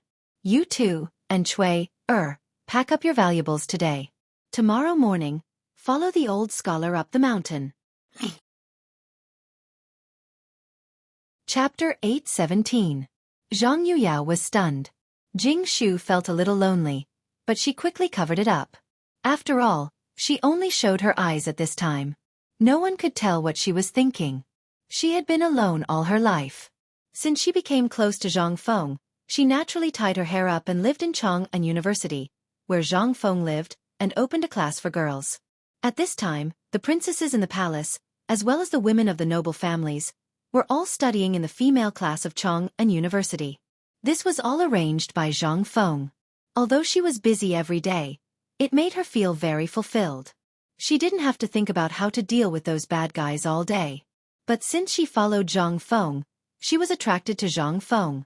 Everything about Zhang Feng was so fatally attractive to her. This was the reason why she had to come to Zhang Mansion every day. Because there was also a woman like her waiting for Zhang Feng's news. Most importantly, many of the servants in Zhang Mansion went to Shao Mountain to help, and Shao Mountain was next to Tonghui Lane. If there was any news, they would know it first. Now, she didn't have to worry too much about the female class. 3 female officials from the palace came, and she had nothing to do. At this time, after knowing that Zhang Yuyao went up the mountain, Jing Shu obviously felt a little lonely. But how could all this escape Zhang Shan's eyes? At this time, the Tang dynasty's custom was polygamy. So when he saw Jing Shu, he naturally thought of her as Zhang Feng's woman. If this was in modern times, try it. If I didn't beat you to death, it would be your ancestors' blessings. Zhang Shan smiled and lit a cigarette. He looked at Jing Shu and said, "Miss Jing Shu." "Master Zhang." Jing Shu bowed and said in a cultured and elegant manner. Zhang Shan smiled and said, "Why don't you follow Yu Yao up the mountain? Old man knows that there's nothing for the girls to do now. Besides, that kid is always jumping up and down the mountain like a clay figurine. He doesn't even care about etiquette when there are some important guests on the mountain. My Yu Yao is really not as good as you in this aspect." "Old Master Zhang, what are you saying? Prince Zhang is—" "Don't speak for that brat. We're all men." "I know." Zhang Shan was speechless. What kind of bewitching potion did this brat feed them? He hadn't even done anything yet, and all of them were already siding with him? Let's not talk about other things. That guy is wild and has a wide network. It's inevitable that he will meet some women. Since both of you are going to be Fengzi's wives, I want you to go to the mountain to accompany him this time, so as to avoid the rumors. When the time is right, you will. Father! Aren't you ashamed? Zhang Yuyao couldn't listen anymore and blushed. After all, Zhang Yuyao's mother was experienced. She rolled her eyes and understood what Zhang Shan meant. She pointed her finger at Zhang Yuyao's forehead and said, "Good girl, your father is doing this for your own good. That brat is so pretentious. Didn't you hear the servants say that as soon as he went down the mountain, those women would rush to him like flies smelling blood? If you don't keep an eye on him, you too will cry when the time comes. Men should be watched carefully. Do you want to have more than a dozen freeloaders in the family before you get married?" Zhang Shan had a headache. He hurriedly interrupted Zhang Yuyao's mother, who was feeding the two girls poisonous chicken soup, and said, "In fact, it's not that serious. Now that the brat is on the mountain, there is no one to take care of him. You two go up the mountain. One of you is in charge of external affairs and give the brat some ideas. Miss Jingshu should work harder, and you are in charge of internal affairs to help him dress up. Don't be like a bumpkin all day long. Yu Yao, remember this. Men should pay attention to their appearances. You should pay attention to the way he dresses every day. If you clean him up, you will be proud, right?" "But, father..." At this moment, Zhang Yuyao's face was as red as a kind of fruit produced in Qinling. "But, how can you go up the mountain like this? After all..." Zhang Yuyao's mother stared at the stammering Zhang Yuyao and said, "Wicked girl, if you wait any longer, you want to see other women go up the mountain first, right? Hurry up and keep an eye on that brat. Don't let him attract other women outside." Zhang Shan had no choice but to drive Zhang Yuyao and the others out while Zhang Yuyao's mother was nagging. As soon as the two women went out, they looked at each other and instantly blushed even more. "Sister Jingshu, if we go up the mountain like this, then what will the people on the mountain think of us? It's really embarrassing. How would Jingshu know?" Now she was excited and looking forward to it, but she was also a little conflicted. She was not like Zhang Yuyao. Zhang Yuyao was the mistress of the house the moment she married into the family. What about her? Zhang Yuyao was officially married, but she was, with a sigh. Jingshu could only hug Zhang Yuyao, who was in a panic, and said, "Good sister, don't worry. Let's go up the mountain tomorrow. Don't you look forward to going up the mountain every day?" "Who said that? Let's go and see what we need to prepare. Didn't you make a set of clothes for Prince Zhang? Don't forget." The two women chatted for a while. Zhang Yuyao was excited again. She counted with her fingers what she needed to bring one by one. But she didn't notice that her personal maid had already taken the steamed buns to Zhang Mansion to show off. Chapter 818. Chang'an City. The residence of the 16th prince. In the Yuqi Mansion. At noon, Yuqi Gong was lying on a soft couch. His snoring could be heard from afar. Yuqi Gong's wife and family members turned a blind eye to it. It was as if they were already used to it. However, today, many of the Yuqi Manor servants, officials, family generals and others were staring at the entrance of the manor from time to time. They seemed to be waiting for some big shot. "She's here. Madam, she's here." At this moment, one of the guards rushed into the mansion with a cheer. Madam Yuqi's eyes lit up when she heard that. "Where is she?" As she said that, Madam Yuqi glared at the snoring Yuqi Gong. "Go and wake that dead man up. She's already here, and he's still in the mood to sleep?" The god was a little scared when he heard that. Who would dare to go forward when Yuqi Gong was sleeping? They would be beaten to death. However, they didn't dare to refuse the woman's order. They could only glare at the new soldier. In the end, the new soldier shrunk his neck and stammered to Yuqi Gong's side. When they woke Yuqi Gong up, he fell asleep. When he woke Yuqi Gong up, Yuqi Gong wiped the saliva off his face and knocked him out. "Dead man, you can really sleep? She's already here, and you're still sleeping? Why don't you sleep like a log?" Madam Yuqi glared at Yuqi Gong. When Yuqi Gong heard that, he instantly woke up from his dazed state. He waved his hand and had someone drag the new soldier away. He wiped the saliva off his mouth and hurried to the door. Where is she? Where is she? She's at the door. Then what are we waiting for? Let's go and take a look. As he spoke, Gong led his family to the door. However, when they walked out of the back courtyard, they saw a young woman in a white cloak. She was dressed in the style of a Jiangnan woman and was slowly walking into the mansion. The woman's appearance was similar to Gong's, but she only had eyes and a nose. She had big eyes and a sharp nose, but she wasn't as burly as Gong. Although she was still taller than the god at the side, one could tell from the ribbon tied around her waist that this woman was truly a peerless beauty. Her red lips were glistening, just like the delicate woman in Jiangnan after the rain, making people feel pity for her. Good girl, I haven't seen you in so many years. You've become even more beautiful. Madame Yuchi's eyes narrowed into crescents when she saw this. She grabbed the woman's hand that was as white as snow. LoveLore greets sister-in-law. It's been so many years since we last met, sister-in-law, and you're still so beautiful. LoveLore almost thought I was dreaming of the first time I saw sister-in-law 10 years ago. Madame Yuchi was overjoyed when she heard this. Little sister, what are you talking about? We're all one family, so let's not talk about these things. How have you been in Jiangnan these years? Gong had a side relative. After the Tang dynasty was established, Li Yuan dispersed the family power of all the officials in order to disperse the power in the court. As for Gong's side branch, they naturally chose the wealthy Jiangnan generation.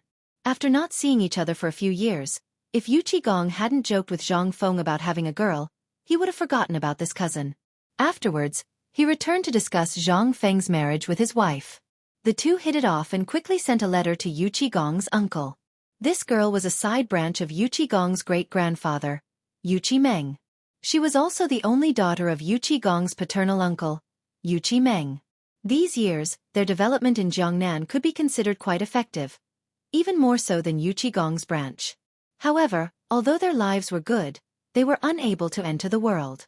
Last year, Gong had received a letter from his paternal uncle, Meng, who wanted to find a marriage for Meng's only daughter. Thinking about it this way, Gong couldn't help but feel that Zhang Feng was full of merits. Although he had an engagement, as a man, which man didn't have 3 wives and 4 concubines? Moreover, this kid had saved the emperor's favor and called him brother. In the future, when a man achieves the Tao, even his chickens and dogs will ascend to the heavens. This was a small matter. His Yuchi clan would also be able to benefit from this. Who told him to have many sons, but most of them were disappointing. Although he rarely interacted with Meng, he didn't know if this cousin of his was still as thin as a stick of firewood after not seeing her for a few years. But seeing her today, Gong almost cried out in surprise. He had seen at least 800 if not 1,000 women.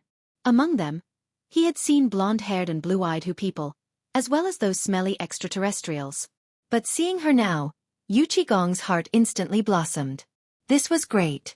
When Lan arrived, it would be strange if that kid didn't fall under her pomegranate skirt. Lan wasn't as cold and aloof as Jing Shu, nor was she like Zhang Yuyao, a pretty girl from a humble family. Instead, she had the fatal charm of a Hu person. She was charming and had a graceful and noble temperament. No one could compare to her in this aspect. While Gong was stroking his beard and smiling foolishly, the group had already entered the drawing room. Only then did Lan bow slightly. LoveLore greets cousin. It's been many years, but cousin is still so valiant. Chapter 8:19. Ha ha ha, my good sister. You are the one who gave me a big surprise. Come, sit. Lan blinked her eyes, smiled, and nodded her head gently. After everyone had taken their seats, Gong waved his hand and said, "Servants, is the banquet ready?" "Master, it's ready." Hearing that, Gong stood up and said, "Sister LoveLore, you must be tired from the journey. Let's go, I have prepared a welcome banquet for you. Shall we talk while we eat?" In fact, Lan had known that they were coming to Chang'an. Although Lan didn't care about it. She had her own dream. But when she heard that it was Zhang Feng, Lan couldn't sit still. Zhang Feng's general toast had caused a sensation among the scholars and beauties in Jiangnan. All the girls were obsessed with Zhang Feng's poems. As long as one of Zhang Feng's poems was spread to Jiangnan, it would cause a great fight. Yuqi Lan wasn't that crazy, but she had already given her heart to him. After knowing that they were coming to Chang'an from her father, Yuqi Lan couldn't care less. After knowing that Zhang Feng was engaged to the first beauty in Chang'an, Miss Jing Shu, how could she stay calm? The three of them sat down. Yuqi Lan asked, "Madam, why didn't I see my nephews?" "They went to the mountain a long time ago." Although she had guessed it, Yuqi Lan was still shocked. "I heard that the crown prince and the others..." "Shoo!" Before Yuqi Lan could finish, Yuqi Gong stopped talking. "There are some things that you just need to know. Also, did your father tell you about what happened here?" Yuqi Lan didn't know that Yuqi Gong would be so serious about this. She nodded and said with a serious face, "I know." "That's good. Come, let's eat. You haven't eaten these things before, right? They are all good." As he spoke, Yuqi Gong pointed at the braised meat on the table, the beggar's chicken, and all the dishes Zhang Feng had made. Only then did Yuqi Lan lower her head to look. A few moments later, Yuqi Lan covered her mouth and chuckled. "Cousin, did you forget something? Yesterday's drumming in Chang was heard in Jiangnan during the lantern season?" Yuqi Gong heard this. Although he knew nothing about these things, he could still understand the meaning behind it. It seemed that the table of delicacies that he had carefully prepared had already been eaten. He smiled embarrassedly and said, "I didn't expect this. I thought I could give you a surprise." "Forget it, when you go up the mountain, that kid knows a lot of things. I'll ask him to cook for you." "Cousin." Yuqi Lan covered her mouth and giggled. When Madame Yuqi saw that the topic had been led to this point, she waved her hand and said, "Someone, go and bring the jug of wine that Master hid." "Woman, you were the one who hid it, okay? I was wondering where my jug of wine had gone. If I don't hide, how are you going to entertain Lan today? Come, Lan let's eat." "Ignore him." Madame Yuqi poured wine for Yuqi Lan and asked, "Lan if sister-in-law remembers correctly, you're already 18 years old this year, right?" This was the first time Yuqi Lan had seen this kind of wine that was as clear as water, yet fragrant and sweet. She was a little surprised, but when she heard Madame Yuqi's question, she smiled faintly and said, "Madame Yuqi really has a good memory." When Madame Yuqi heard this, she smiled and glanced at Yuqi Lan's chest that was twice as big as a normal person's. She nodded in satisfaction. Come, let's drink. This is something that only our residence has for now. It's hard to say whether the other public houses and the Imperial Palace have it or not. You don't know, but this wine was also made by that kid Zhang Feng. But, didn't you say that the beer was made by him? Sigh. How long ago was that? When we go up the mountain tomorrow, I'll teach you a good lesson about that silly kid Zhang Feng. Come, let's eat first. We'll talk after dinner. That kid knows things that you can't even imagine. This time, I'll tell you this much, but there's one thing that depends on you. Although that kid is only a viscount now, he's still the Chancellor of White Deer College. But I can guarantee with my head that the number of ladies who have their eyes on that kid can line up from here all the way to Mount Shao. Yuqi Lan still believed in this point. However, at this moment, she had a better understanding of Zhang Feng's talent and knowledge. She couldn't help but be more eager to see what kind of person Zhang Feng was. Report. At this moment, someone rushed into the living room and whispered something in Yuqi Gong's ear. Yuqi Gong's expression changed abruptly. Oh no! Hearing this, Yuqi Lan and Madame Yuqi turned pale with fright. What's the matter? What happened? After Yuqi Gong waved his hand to dismiss the person who came, he said in a serious tone, "Do you still remember that kid's confidant? And his fiancée? Now, these two girls have become sisters. Tomorrow, the old scholar from Chang'an University actually asked them to go up the mountain to take care of Zhang Feng's daily life." Madame Yuqi became anxious when she heard this. She grabbed Yuqi Lan's hand and said, "Come, let's go up the mountain now."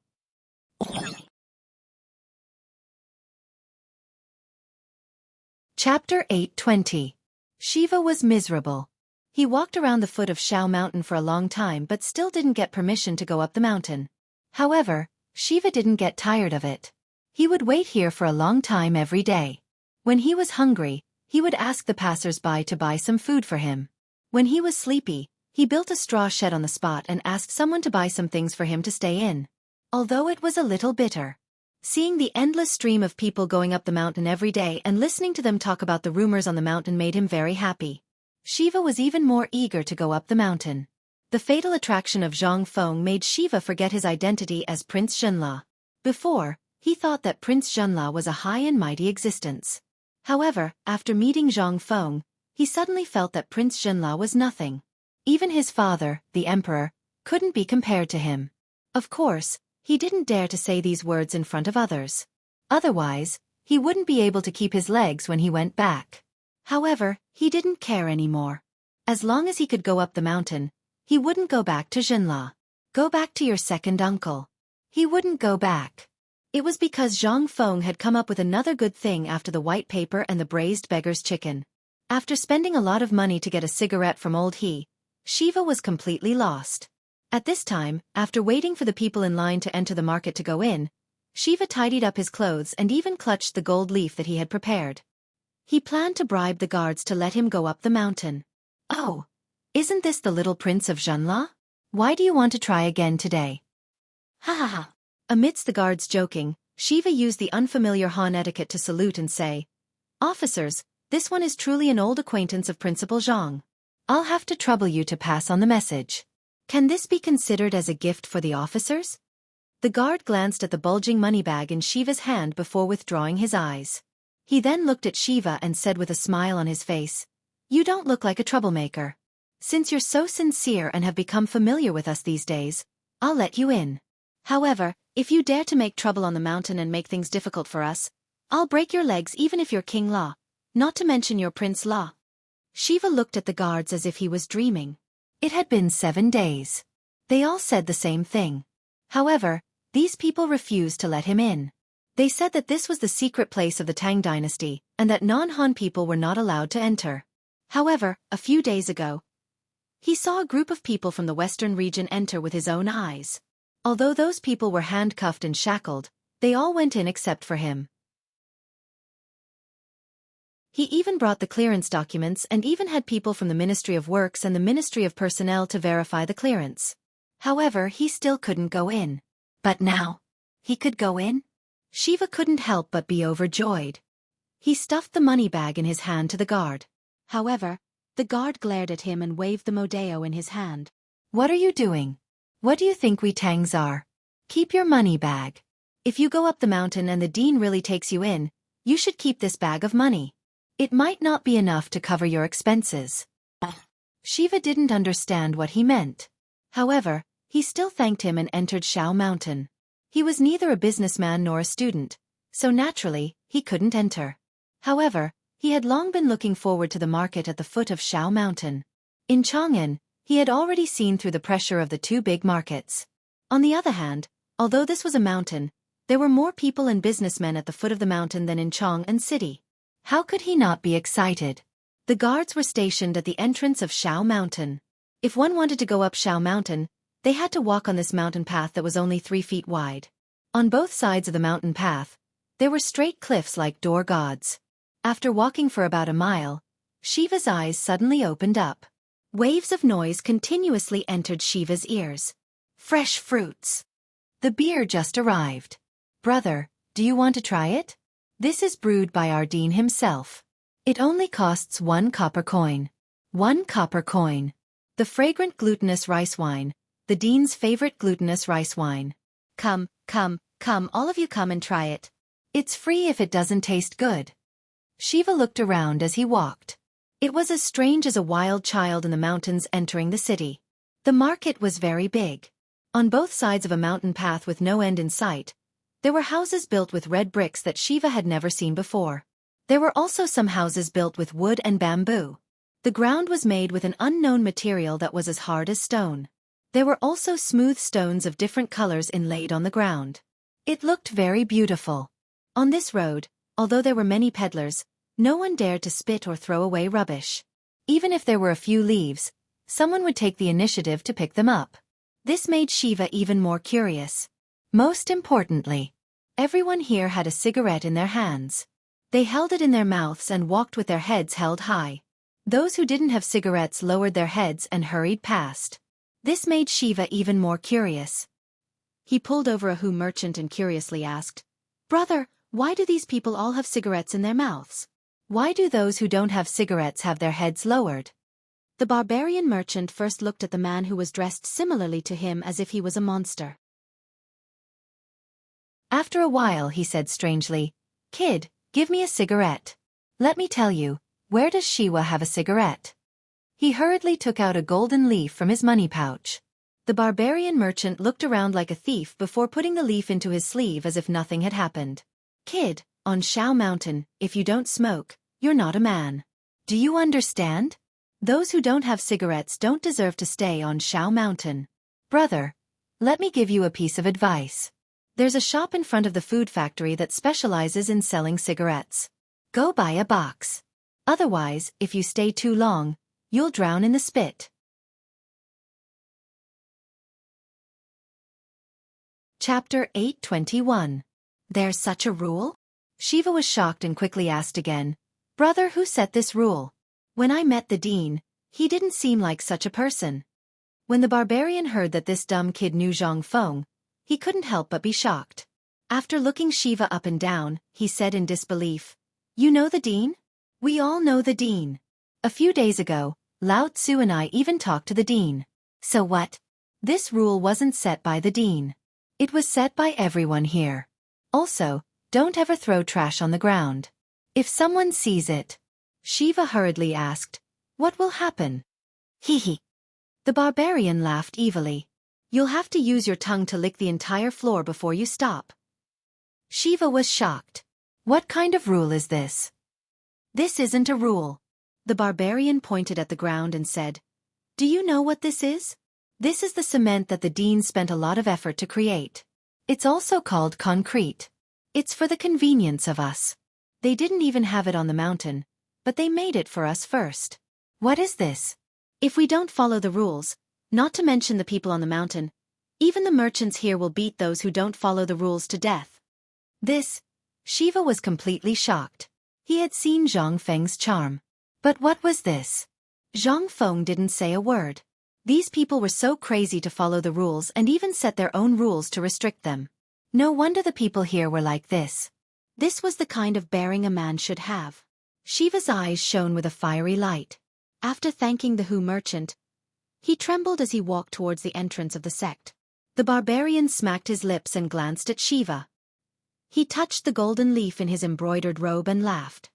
"Another dumb rich man. Do you think it's so easy to climb this mountain?" The people in the market were very law-abiding.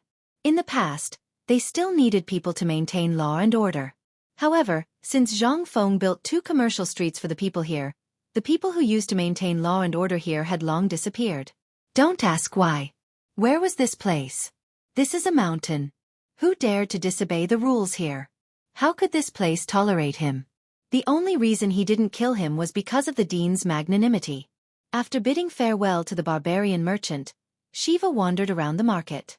He first went to the entrance of the food factory and spent 10 copper coins to buy 10 cigarettes. Only then did he have an idea of what to do. Looking at the winding cement road that led to the top of the mountain, as well as the 30 feet wide mountain gate that was built between the food factory and another mountain valley, he couldn't help but feel even more shocked. The mountain gate was very casual. 2 huge rocks that were about 5 zhang tall had been peeled off from the mountain and leaned against each other. They were then reinforced with bricks and cement to make the mountain gate. Above the mountain gate, there were 2 huge rocks. On one side of the mountain gate, there were the words frowning coldly facing thousands of fingers on the other side. On the other side, there was the words bowing head willing to serve children. And at the place where the 2 huge rocks intersected, there was a lifelike stone carving of a white deer. Below the carving were the words White Deer College. The mountain gate looked as if it had been formed naturally. The moment one saw the mountain gate, they could feel its extraordinariness and loftiness. There was a long queue at the gate that had been waiting for a long time. There was a small house at the mountain gate with a sign written on a piece of white paper that said, White Deer College. In the surroundings of this house, there was a group of burly men or men with incomplete bodies. Their eagle-like eyes scanned the bodies of these people back and forth. All of you who are lining up to go up the mountain, listen up. Those who are carrying sharp weapons, those who have bad intentions, and those who can't find out where you live, get lost immediately. If I find out that you're acting strangely, I'll treat you to a cup of tea in the barracks next door. The group of youths who were about to go up the mountain trembled all over when they heard this. Go to the military camp for tea? Who would dare to go? Even if they went, they wouldn't be able to return alive. Shiva kept nodding his head as he watched and listened. After 2 hours, it was finally Shiva's turn. Shiva hurriedly handed over the token. Shiva? Are you for real? Not a Han? The man who was missing an ear and had a scar on his face glanced at Shiva's token and a cold look flashed across his face. Kid, scram immediately for Lao Tzu. How dare you go up the mountain as an outsider? If you dare to pester me again, I'll chop you up. Didn't you see that it's clearly written here? Other than Han people, no one is allowed to go up the mountain. Shiva's expression changed when he heard this. At this moment, the guard who had asked Shiva to go up the mountain had unknowingly appeared behind Shiva. He patted Shiva's shoulder and said, Old son, this is the order of the higher-ups. Let him in. The higher-ups? These people all belong to Nyo Jinda, and only Nyo Jinda dared to order an alien to come up the mountain. The scar-faced man couldn't help but put his fingerprint on Shiva's letter of introduction and threw it to Shiva. Next. Shiva thanked the guard profusely before he happily went up the mountain gate. Standing at the mountain gate, Shiva raised his head and looked at the faintly discernible buildings that were under construction. His heartbeat quickened. White Deer College, I, Shiva, am here.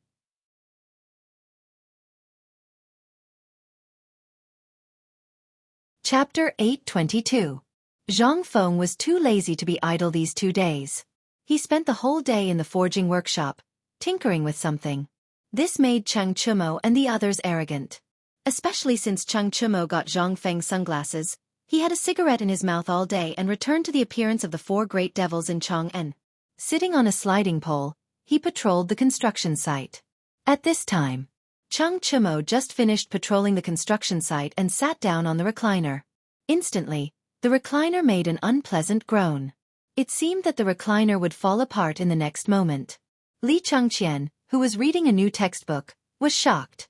Tainyo, get up. If you break this thing, Fengzi will kill you when he comes back. And the thing on your eyes, give it to me. The first sentence. Li Chengqian was still talking about business. But after hearing the last sentence, Cheng Chumo couldn't help but put his sunglasses back into his pocket.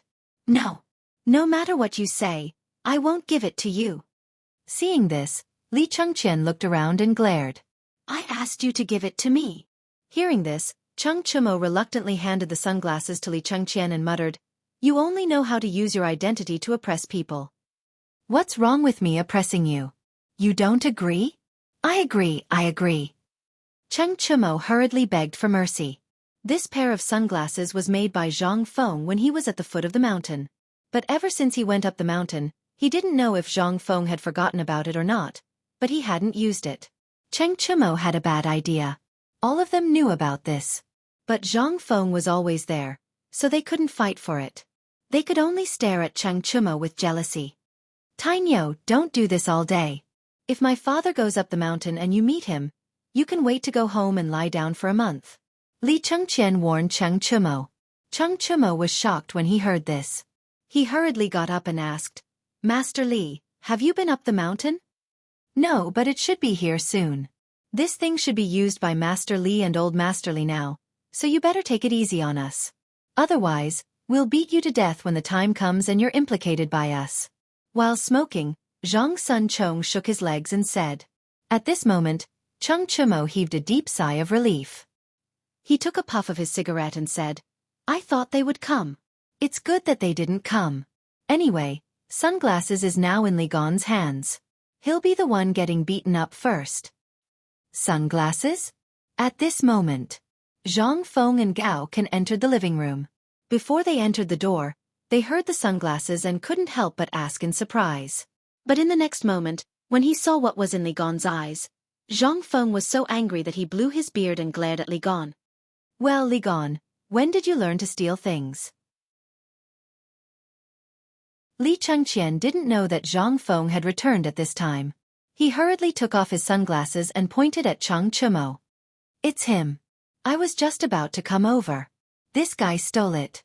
Zhang Feng heard this and looked at everyone. At this time, Wei Shuyu, Niu Jinda's son, Niu Zhenhu, and the others pointed at Chang Chumo. Even the Yuchi brothers who had always been on his side betrayed Chang Chumo. Chang Chumo couldn't help but feel a headache coming on. Fengzi, listen to me. This matter is really not what you think. Let me ask you. I heard that someone has been sitting on a pole all day these 2 days, wearing sunglasses and patrolling the construction site. Don't tell me it's you? Zhang Feng stared at Chang Chumo and asked. Cheng Chumo's expression froze. Which bastard is it that's barking everywhere? Chang Chumo's eyes flickered as he defended himself. Fengzi, don't believe in rumors. These are all rumors. Lao Tzu, no, when did I do this? Zhang Feng rolled his eyes. Don't try to quibble. This is what Mr. Bo Sure said. Is there anything wrong with that? Although Mr. Bo Sure didn't name anyone, it's undoubtedly you. Chang Chumo still wanted to quibble, but Zhang Feng had already said it. What else could he say? Go and beat up Mr. Bo Sure? He really dared to. Even before his fist landed, his father would dare to chop him up with a knife. Chang Chumo couldn't help but cower. Zhang Feng was so angry that he wanted to punch someone. This kind of atmosphere couldn't be encouraged. Otherwise, when everyone followed the trend, what would happen on the mountain? That's enough. From now on, no palanquins are allowed on the mountain. Unless you're too sick to walk, or you're as old as Mr. Bo Sure, no one is allowed to sit on it. I'll leave this matter to Li Gon. If anyone dares to sit on it, he'll be sent down the mountain to slaughter pigs. Chang Chumo knew that Zhang Feng didn't say anything and instantly beamed with joy. However, Zhang Feng's next sentence made him fall to the bottom of the valley. It seems like you've been too strong recently. All right, I've already arranged for someone to inform old Nio. Tomorrow, you'll go to the military camp at the foot of the mountain. I heard that General Chang Yaojin is doing some military training I mentioned before. You'll go and train for a month, or you can go home directly. Chang Chumo's expression changed drastically when he heard this. He had been to his father's military camp. Zhang Feng had created those perverted toys that torture the experts to the point of wanting to die. It was known as the torture in the military camp that was more painful than being in the water prison. How could he go? Wasn't this asking him to go? Cheng Chumo couldn't help but grab Zhang Feng and burst into tears. Fengzi, we're brothers. Why do you have to make things difficult for me?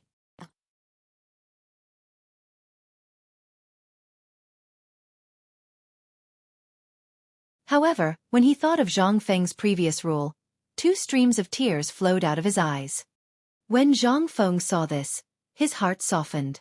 Go. If you want that thing, go with Iron Bull. When you come back every night, Lao Tzu will teach you more advanced things. Yes.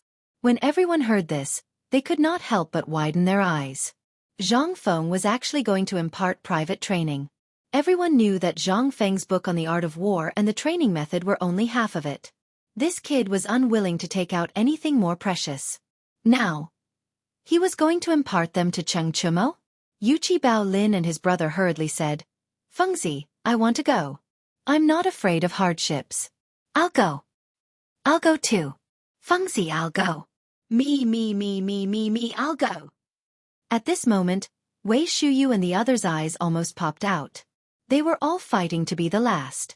Only then did Cheng Chumo realize it. He was about to hug Wei Shuyu's leg again, but Wei Shuyu and Zhang Sun each sent him flying with a kick. Fengzi, I didn't say I'm not going. Cheng Chumo wanted to cry, but no tears came out. Zhang Feng looked at everyone with satisfaction and said, Don't worry.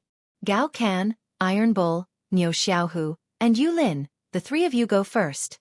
Otherwise, if everyone else leaves, we can't stay on this mountain.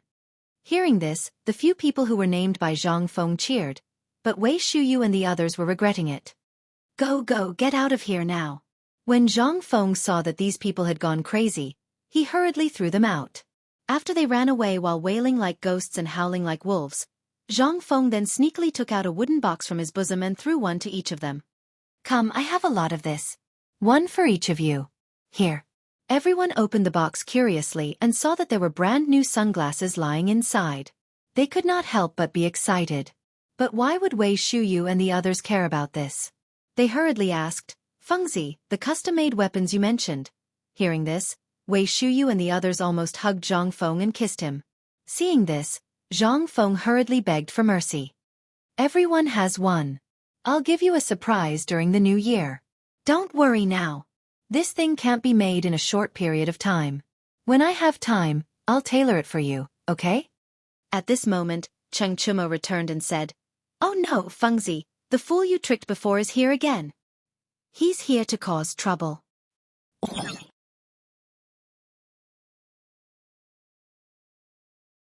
Chapter 824. When Zhang Feng heard this, he was a little confused. What? When did Lao Tzu cheat people? Zhang Feng really couldn't remember this. As he asked curiously, he got up and walked out of the door. Cheng Chumo blocked Zhang Feng and said, Isn't it that person called Shiwa? Have you forgotten? When Li Chengqian heard this, he couldn't help but think of Shiwa's appearance. He asked with a strange face, Why did that kid go up the mountain? How did he go up the mountain? Cheng Chumo shrugged. He heard that Uncle Niu told him to go up the mountain. Hearing this, Li Chengqian suddenly understood and looked at Zhang Feng with a strange expression. Although Zhang Feng didn't know about this mountain, it had already become a forbidden area in the imperial court.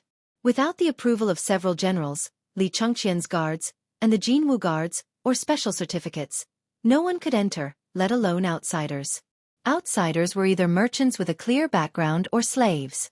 No one else was allowed to enter. After Zhang Feng encountered the immortal bomb, Li Shimin was furious and set up an unwritten rule. Whoever barged in would be killed. No matter who it was. Even Li Chengqian would be beheaded if he dared to barge in without permission. Moreover, this Shiwa was cheated badly by Zhang Feng before. Why did he come up the mountain this time?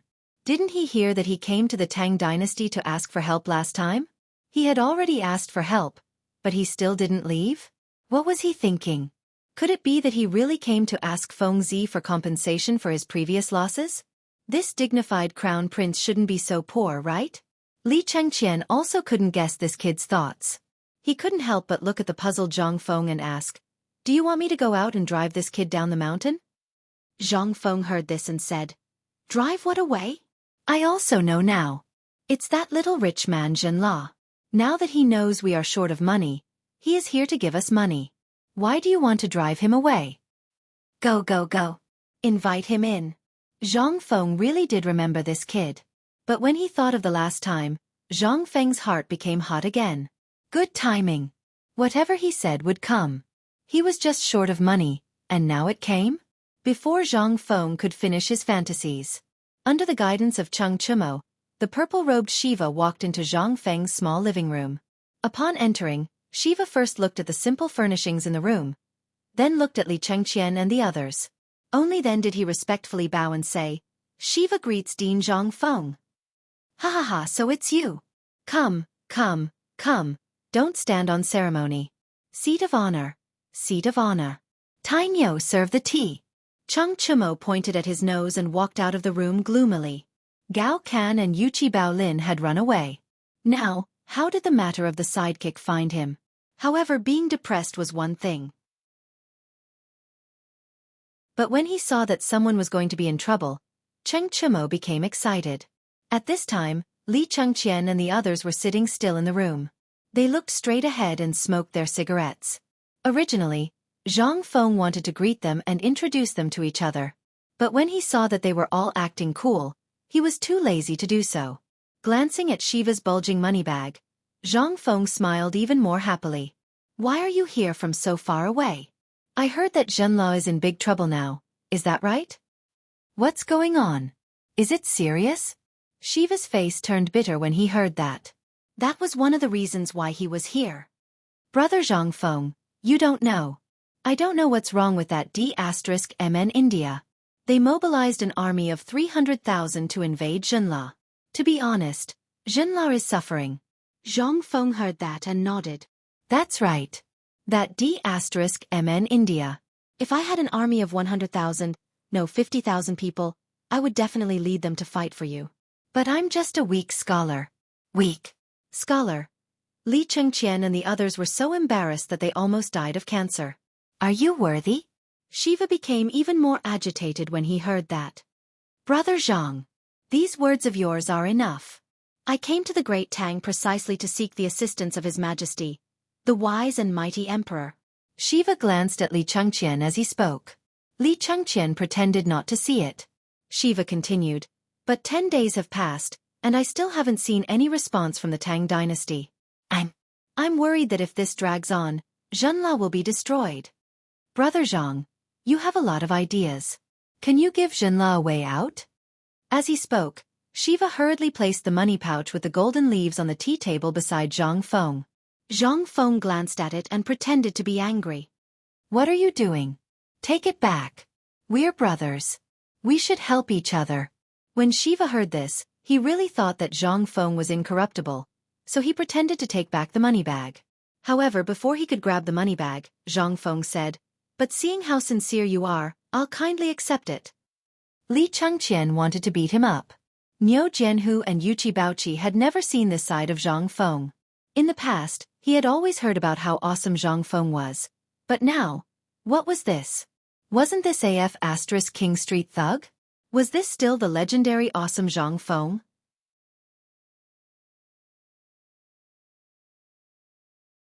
Chapter 825. Shiva was confused by Zhang Feng's action. But when he saw Zhang Feng accept it, he was relieved. There was a way to solve Zhan La's problem. Sure enough, after Zhang Feng received the money, Shiva hurriedly asked, "Brother Zhang, then tell me, how can I, Zhenla, resist this army of 300,000? There's no need to resist." Zhang Feng waved his hand. Shiva was surprised and hurriedly asked, "Brother Zhang, what good plan do you have? If you can solve my problem, I'll definitely give you a big gift." After thinking for a while, Shiva gritted his teeth and said, "We're willing to give you all the profits from our trade with the Tang dynasty for half a year." Hiss. Hearing this, Li Chengqian couldn't help but suck in a breath of cold air. Half a year's profits? Although the price was very low now, Li Chengqian knew that each trade was worth tens of thousands of taels of gold. Wouldn't that be 60,000 taels of gold in half a year? Damn it. Didn't he already give a solution? This was a huge scam. Li Chengqian wanted to slap himself. Du Go, Wei Shuyu and the others looked as if they had eaten shit. 60,000 taels of gold. *CK his uncle. They were scammed by this kid just like that? They already knew that Shiva was blocked outside. If they knew that this kid was so generous, how could they let him go? Zhang Feng glanced at them and didn't even bother to look at them. Instead, it was Shiva who looked at them with surprise. Among these people, he had only seen Li Chengqian before. Although he was surprised that Li Chengqian was here, Shiva wasn't an idiot. Since Li Chengqian didn't say anything, it wouldn't be good if he did. Seeing that Zhang Feng didn't say anything, Shiva said worriedly, "Brother Zhang, this is the most I can do. Can you take pity on me, Zhenla, and help us? If you like the jade and jewelry from last time, I'll give you 10 carts on your wedding day. How about that?" Puff. Li Chengqian and the others rubbed their chests tightly and desperately resisted the urge to vomit blood. 10 carts. Oh my god.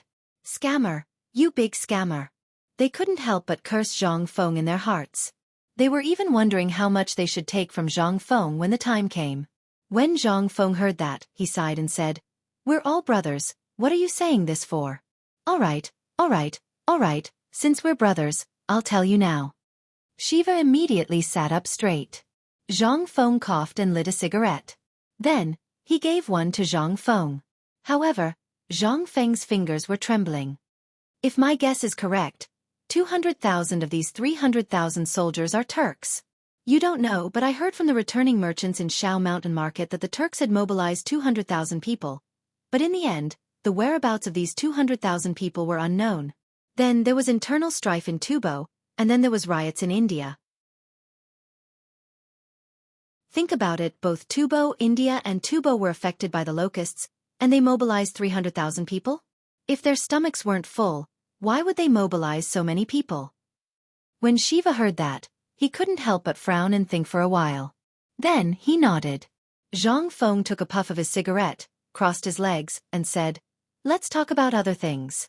You're Prince Jinla, so you should have countless spies in the country, right?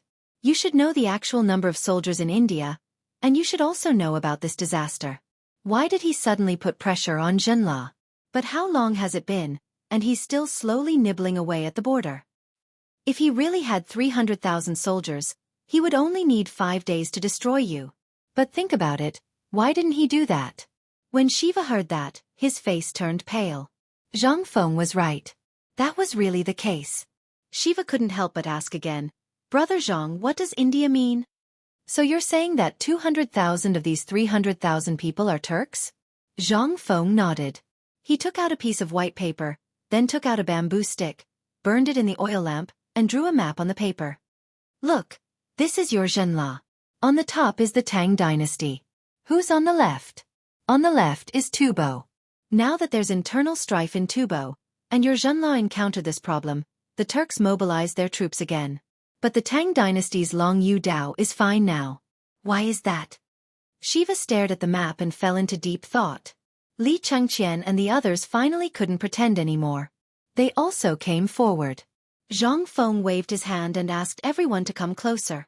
Then, he poked the bamboo stick in his hand on the two words, Tang Dynasty, and said, "It's because they don't know who the Tang Dynasty is helping. So they don't dare to start a full-scale war. That's why I said you don't have to worry. With the Tang Dynasty around, India really doesn't dare to make a move.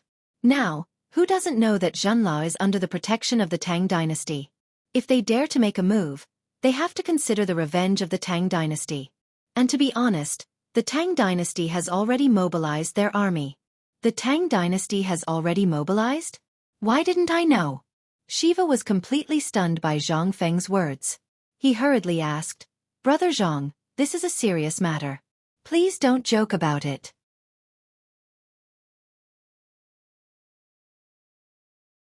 Chapter 826. As long as the Tang Dynasty was delayed, Zhenla would suffer for another day. Although Zhang Feng was right. The Indian army did not launch an all-out attack, but no one dared to be careless with a knife on their head. Zhang Feng saw that Shiva did not believe him, so he did not say anything. Instead, he continued to smoke. Shiva was anxious. How could Shiva, who had been taught a lesson before, not know what Zhang Feng wanted to do? He gritted his teeth and searched his chest for a long time before he took out an amber pendant. He handed it to Zhang Feng with a pained expression. "Brother Zhang, this was my mother's favorite when she was alive. I hope you will accept it." "Accept it? A relic from her mother." Zhang Feng's face darkened. He said with certainty, "Shiva, who do you think I am?" "This is your mother's relic." "Where is this?" "This is the academy." "I, Zhang Feng, hate those who do not follow the rules of filial piety. How dare you give away your mother's relic to someone else? Someone, send the guest out." "Sigh. Can you be a human?" Li Chengqian could not stand it anymore. He slapped himself on the face and walked out of the living room in pain. Du Go and the others were watching with great interest. Shiva was shocked. He was almost scared to tears by Zhang Feng. He quickly put away the pendant. After some persuasion, Zhang Feng calmed down and said, "If you have something to say, just say it. Don't give me precious things. I, Zhang Feng, am not worthy of it." "All right, let's talk about this. Otherwise, you won't be able to eat or sleep well." As far as I know, 10 days ago, the palace issued 10 secret orders, ordering the soldiers of the prefectures along the way to Chotsi City. This is the reason why the Indian army of 300,000 didn't dare to move. Chotsi City? Shiva was stunned. He did not understand. Zhang Feng saw that Shiva was about to ask an idiotic question again. He quickly waved his hand and said, "The Tang Dynasty has a strategy called Besieging Wei to save Zhao. Do you know about it?" Shiva shook his head in confusion. Zhang Feng was a little annoyed, his toes almost digging a big hole in the floor.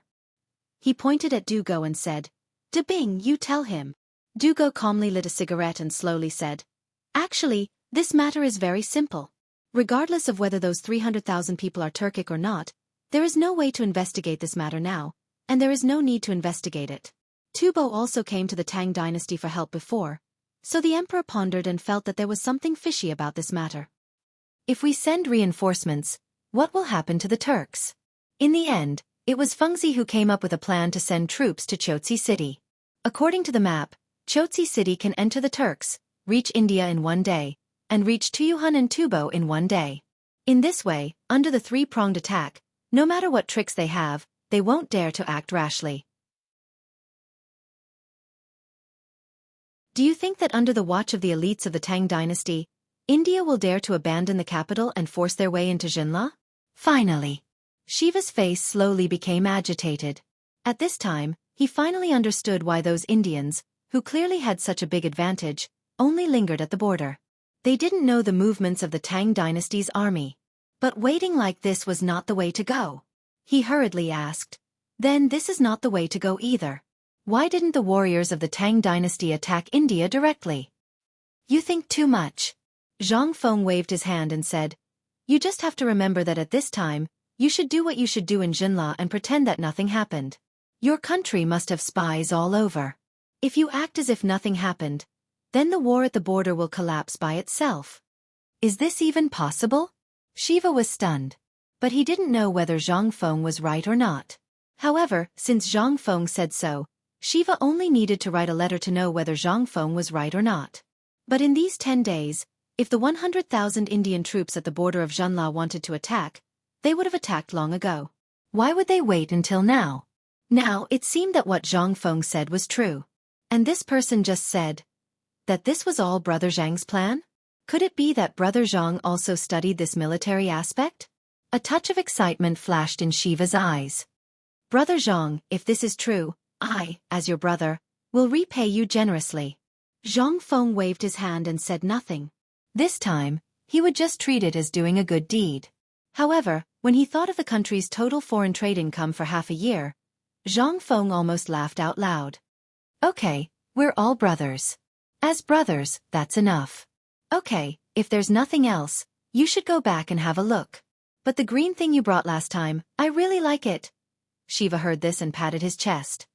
"If Brother Zhang likes it, I'll send someone back to Jinla tomorrow and bring you a cart." A cart. Dugo also felt a little suffocated. In less than half an hour, Yi Zichen had arrived.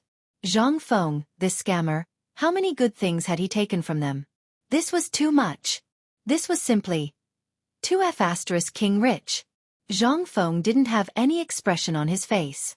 After all, he was thick-skinned and was naturally immune to everything. "Then I'll thank Brother Shiva first." But, seeing that Zhang Feng was about to slip away, Shiva hurriedly said, "Brother Zhang, I still have a request."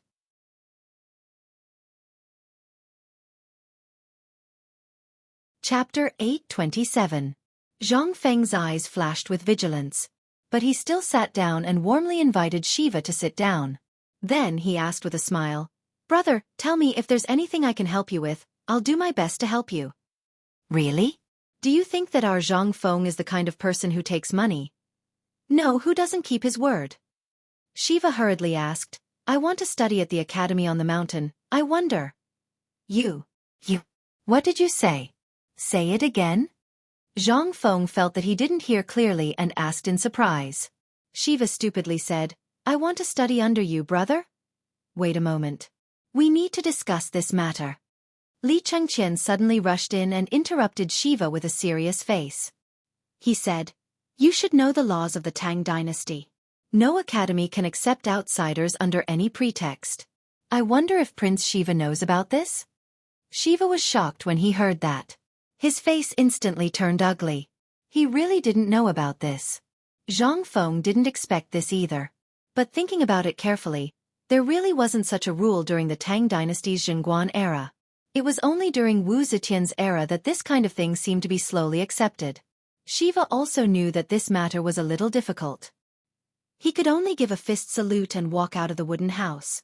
His main purpose of coming here was to learn everything about the Tang dynasty and then benefit Jinla. If he didn't even learn anything from Zhang Feng, then he was unwilling to accept this. Shiva was actually an ambitious person, but at this moment, once the door was closed, Li Chengqian looked at Zhang Feng with a serious face and asked, "Fengzi, you have to think about what I said just now. If you blindly accept him, then there will be people from the Supreme Court inviting you for tea tomorrow." Although Li Changqian knew that Shiva must have his father's permission to go up the mountain in front of everyone, he didn't give any specific advice on how to do it. Obviously, he wanted to let Zhang Feng make the decision himself. Zhang Feng asked curiously, "Then, is there any way to overcome this legal system?" Zhang Feng didn't really care if he took the Shiva or not. However, when he thought about the treasures of the level 10 car and the profits he could make in half a year, he was envious. Who asked him to be so poor that he didn't even have food to eat? Zhang Feng's question really stumped Li Changqian. He hurriedly asked, "Dating, you're more familiar with these things. Think about it and see if you have any ideas?" "There is a way, but it all depends on whether this Crown Prince Siwa is willing or not." Du Go stroked the small mustache on his chin and frowned. "Merchants can stay on the mountain, but there are also slaves. If this Shiwa is willing to be Feng Zi's slave and come to the mountain as a slave, then that's fine. But it's not like you don't know that slaves aren't qualified to enter the school." Li Changqian interrupted Du Go. Du Go glanced at Zhang Feng and said, "Who said so? Look at Feng Zi. Now, everyone in the academy can study in the academy. Does this rule work on him? Look at how many slaves there are in the academy now." As he spoke, Du Go took out a thick register from Zhang Feng's bookcase with a cigarette in his mouth. He patted it and said, "Up until now, there are 2003 people in the academy. More than half of them are slaves. What do you think?" Li Changqian was stunned. So many? Although he didn't know if this was the right thing to do, but Yu Shernan and the others hadn't seen this register yet. He didn't dare to say anything. Li Changqian couldn't help but look at Zhang Feng and asked, "Have you asked Mr. Bo Shi and the others about this?" "Why should I ask them? This academy is mine. I can do whatever I want. As for asking them? Besides, what's wrong with slaves? Don't tell me that slaves aren't people in your eyes. Don't forget that you are also merchants. Besides, I remember that there was a precedent of slaves becoming grand scholars.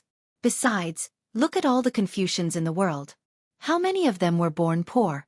Hearing this, Li Changqian really didn't have anything to say. However, he still felt that this matter was too hasty. "I feel that we should at least discuss this matter with Mr. Bo Shi and the others. Otherwise, if those Confucians come to cause trouble, even if the Imperial Palace doesn't want to interfere, they can't do anything about it. At that time, White Deer Academy will become the target of public criticism." Zhang Feng hadn't thought of this point. He remembered that when he told the old elementary scholar about this matter, the old elementary scholar didn't say anything. Although he couldn't see through the old elementary scholar, many people seemed to know that the old elementary scholar was a great Confucian scholar. If he didn't say anything, what could Mr. Bo Shi and the others say? Zhang Feng couldn't help but feel frustrated. All right, go ask Mr. Bo Shi. I'll wait here. It's so annoying." When Li Changqian heard this, he hurriedly walked out of the small wooden house. Once he was out, he ignored Shiva and hurriedly ran in the direction of the waterfall. Shiva, who was bowing to the air, froze in mid-air. After Li Changqian left, a trace of loneliness flashed across Shiva's eyes.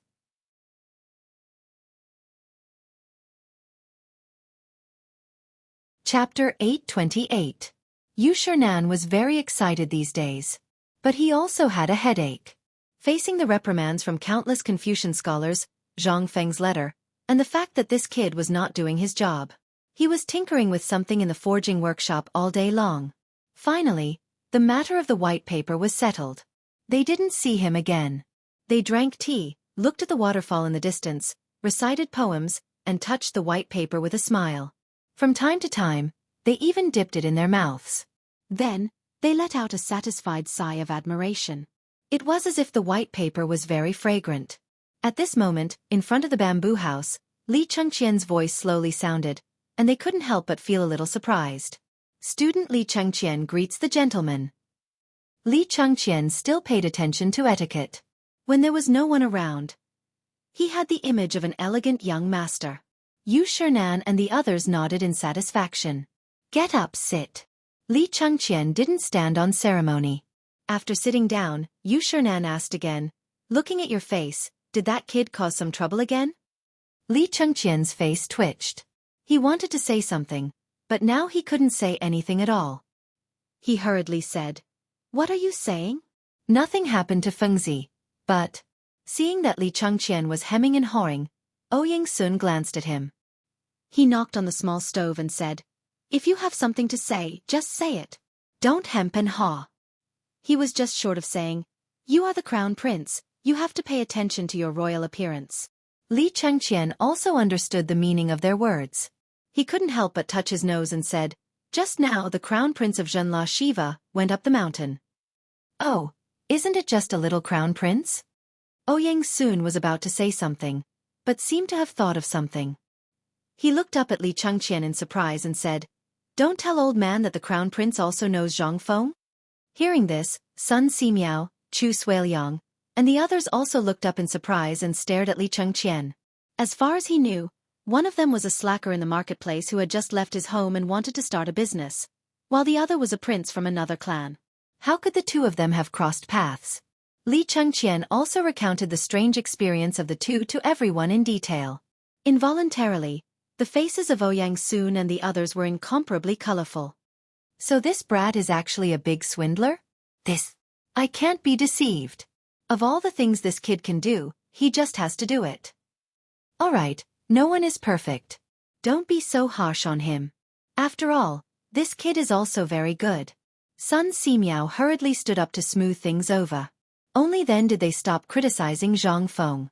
Sun Simiao then asked, "Then this time, did Shiwa come up the mountain because of Zhanla being surrounded?" "If it's really just for this, it's fine."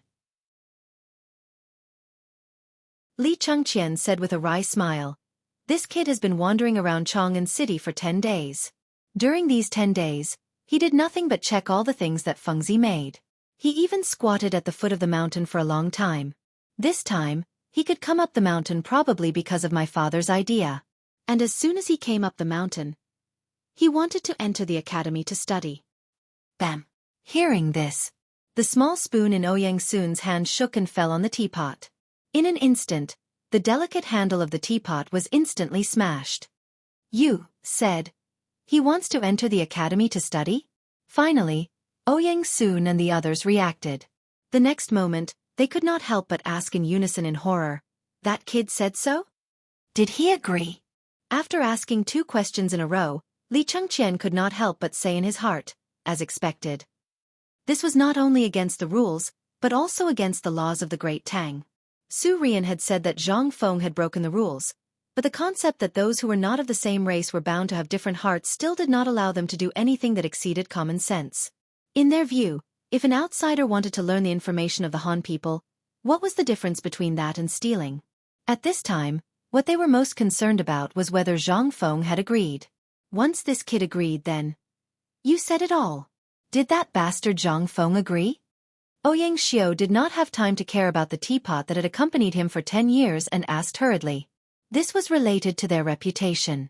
If this brat really agreed, then all of their reputations would be ruined here. On the contrary, Li Chengqian was extremely calm. Seeing that they were anxious, he said, "Gentlemen, don't be anxious. This matter has been temporarily suppressed by me, and I'm waiting for you to discuss it." "Then what are you waiting for?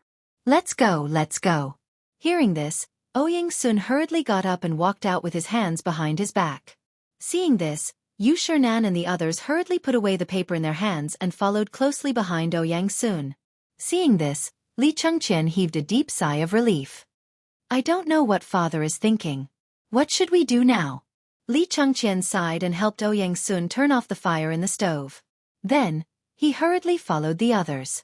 At the same time, at the gate of Eason Pastry Shop in Chang'an's Tonghui Lane, the old scholar drove a carriage that belonged to Chang'an University, carrying Jing Shu, and slowly appeared at the gate of Zhang Mansion. Behind this carriage was a carriage with a shed and 3 handcarts full of goods. At the gate of Zhang Mansion, the maid Xiao Chui, who had been waiting for a long time, hurriedly waved her small hands. "Miss, we're here. Let's go, let's go." Following Xiao Chui's call. In the next moment, from the side gate of Zhang Mansion, 7 or 8 carriages came out one after another, carrying large and small boxes, bedding, porcelain, calligraphy, and other things. When the old scholar's carriage stopped, they appeared at the gate of Zhang Mansion. Obviously, they had been waiting for a long time. In the carriage, Jing Shu lifted the curtain and took a look. She called Zhang Yuyao and the two girls got into the same carriage. The old scholar had retired gloriously. He threw the reins to the servant of Zhang Mansion and got into a carriage himself. Then he waved his hand and said, "Let's go to Shao Mountain."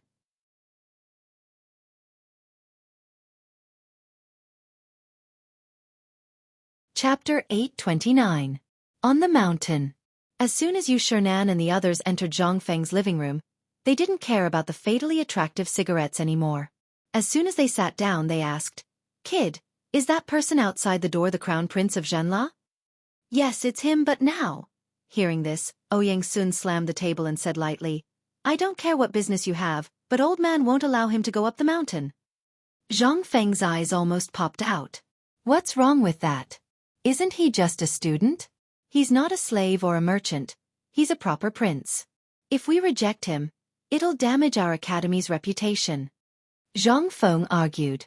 What a joke, with him Shiva, there wouldn't be anyone on the mountain. It was just an extra pair of chopsticks.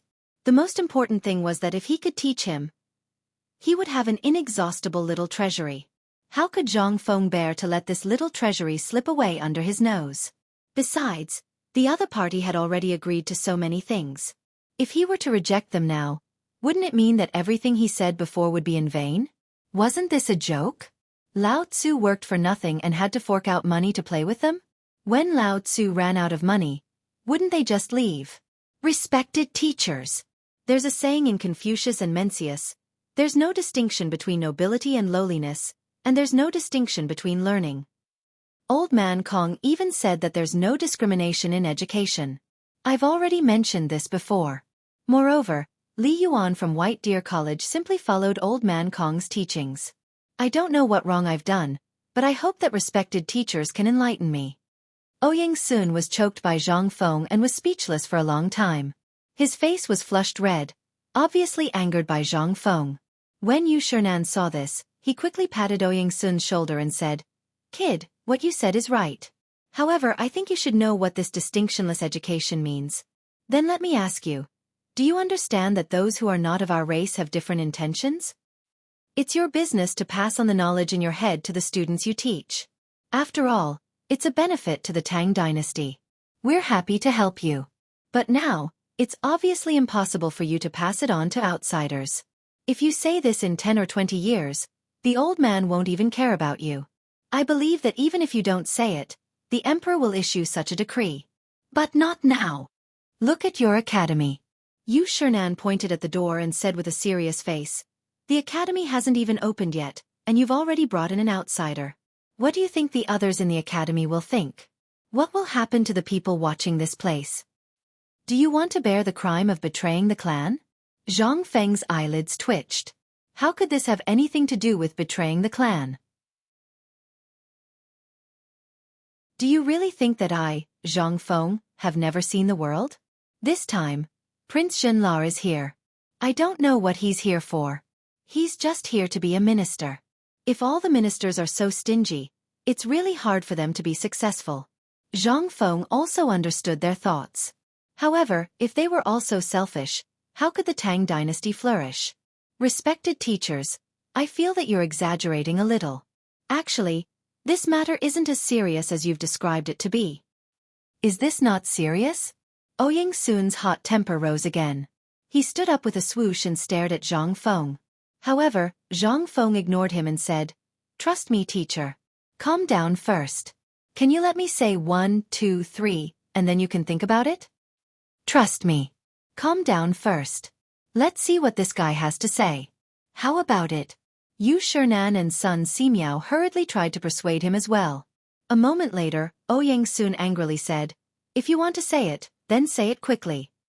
Hearing this, Zhang Feng said, "In fact, you should have seen that the Tang dynasty is getting stronger day by day. Previously, countries as strong as the Turks can only play tricks to test the Tang dynasty. And this little one feels that this sort of probing will continue for a very, very long time. Even Tibet has submitted to become a vassal of my great Tang. So what of the surrounding small countries? For example, Goguryeo, Shirwei, Hui and so on. For example, it's like a bandit's nest. Does the bandit leader only care about his own pleasure and not? Forget it. I'll change the metaphor. Zhang Feng shrunk his neck under Ouyang Sun's murderous gaze and hurriedly changed the topic. Take a wolf pack for example. The strength of a wolf pack does not represent the strength of the entire wolf pack. The strength of a wolf pack depends on how the wolf king distributes the food equally. If the wolf king in the wolf pack only cares about itself, then the wolves around it will become fewer and fewer. In the end, it will be the only one left fighting alone. At that time, even if it sees a bountiful prey, no matter how good the hunting opportunity is, it will only sigh. Although the Tang dynasty is strong now, it is still only temporary. The people who rely on the Tang dynasty all hope to be sheltered and learn something. Then, when they become stronger, the Tang dynasty will get more rewards. In this way, a huge net of interests will be formed. Then, who can defeat the Tang dynasty?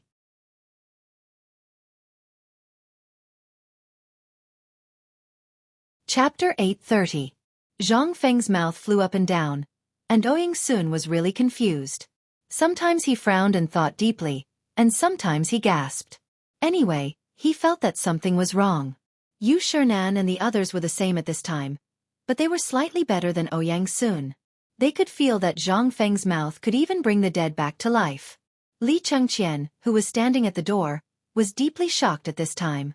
He felt that what Zhang Feng said now was reasonable, but in the end, he couldn't help but exclaim, "Fengzi, you are talking about the way to govern a country?"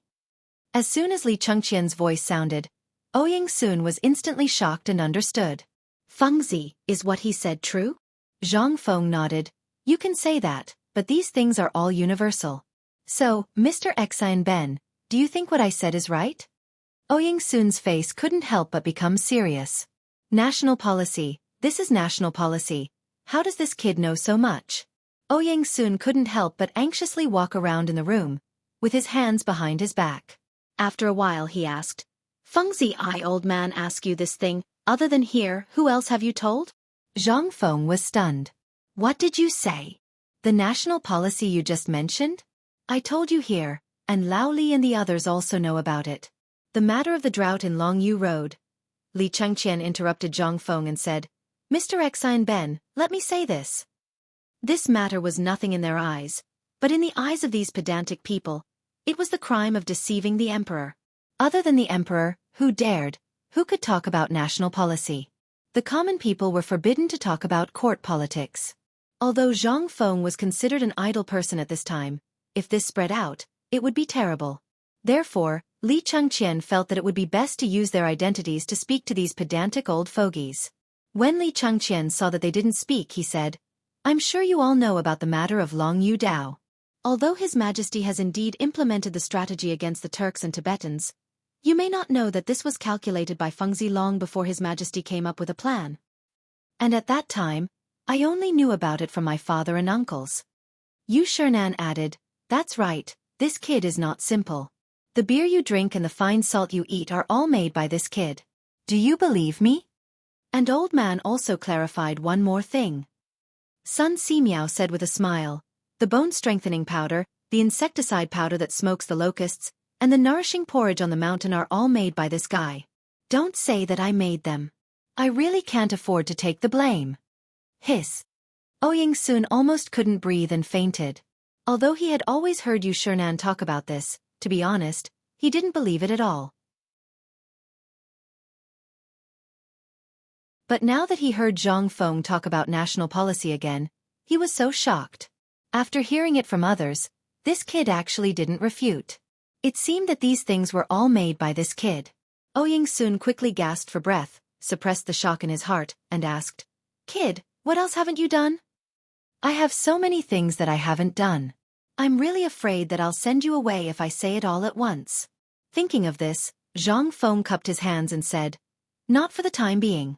What I want to do most now is to make White Deer College the world's White Deer College. What I said today will be taught in the college in the future, and these things are all in the books I wrote. I know that all of you think that I'm crazy, but I must tell you that I'm not crazy. All of you know just how many people there are in the Great Tang who can read and write. What can these people do? Now the Tang Dynasty's scholars are gradually rising rapidly, and the number of businessmen coming to the Tang Dynasty is gradually increasing. If this goes on, how many people in the Tang dynasty will be able to do business in the long run? How can we maintain the reputation of the Tang dynasty? Do you want others to laugh at the Tang dynasty and say that everyone in the Tang dynasty is a country bumpkin who can't even read a word? Then if that's the case, won't my great Tang really be laughed at by others, and we won't be able to follow Confucius's admonition? If that's the case, what's the difference between us and those who deceive their masters and destroy their ancestors? They didn't think much of it before.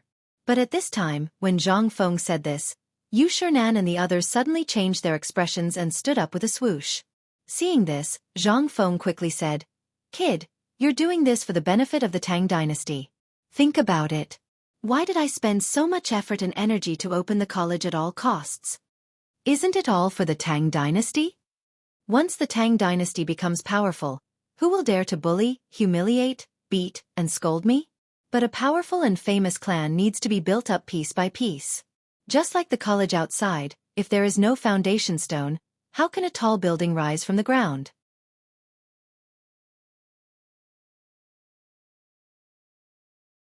Chapter 831. Zhang Feng's Poisonous Chicken Soup. It directly poisoned everyone present. However, Zhang Feng still did not give up. If he did not persuade these people at this time and make them feel comfortable, he would have to do it. In the future, these people would have to stand up from time to time and pull him back. Zhang Feng could not help but say again, "Actually, I didn't want to do all this. You don't know, but Li Gan knows. I was originally staying in my small tavern and idling away my days peacefully. But it's all because of that Lao Li. He urged me to become an official all day long. I didn't become an official. Later on, listen to what he said, I need to take the imperial examinations. Only the imperial examinations can lead to an official career. I, Zhang Feng, am so handsome, so cute, so resourceful.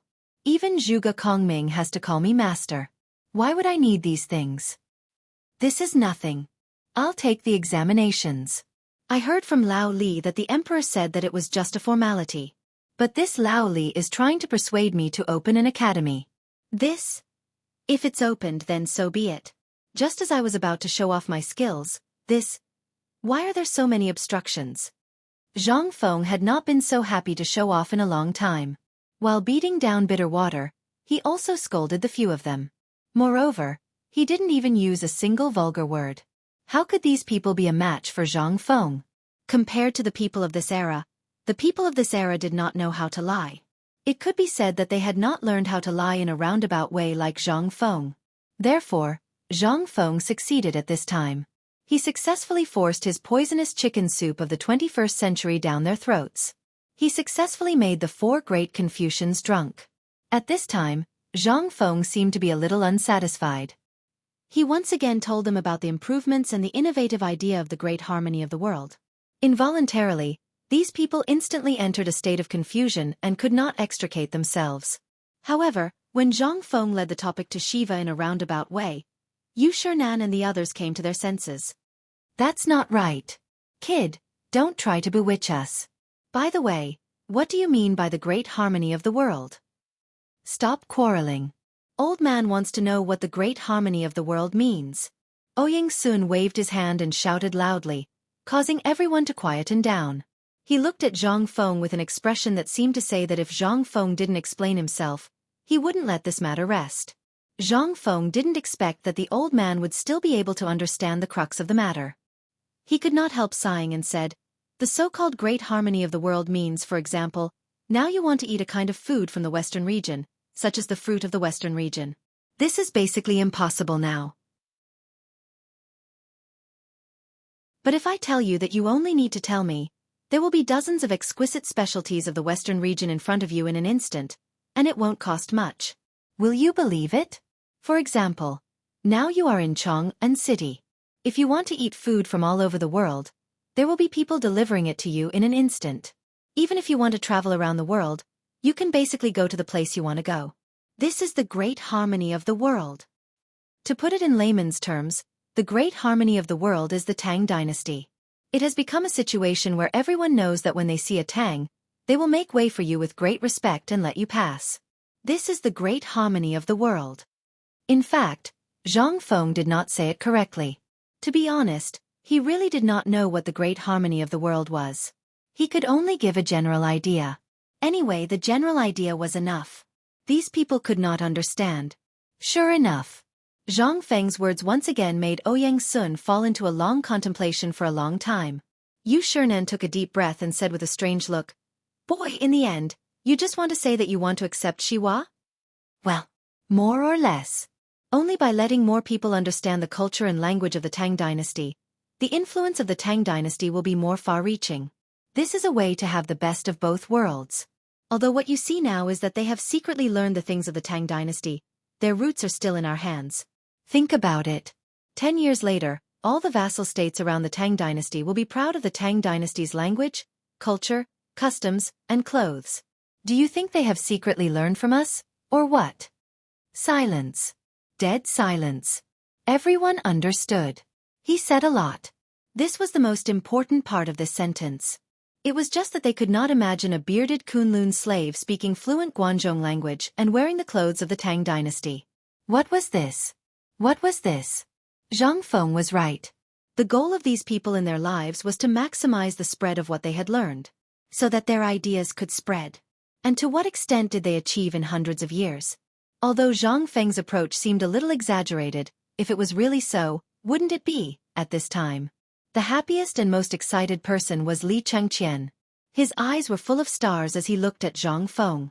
With a voice that only he could hear, he kept repeating this sentence. "Mine, mine, it's all mine."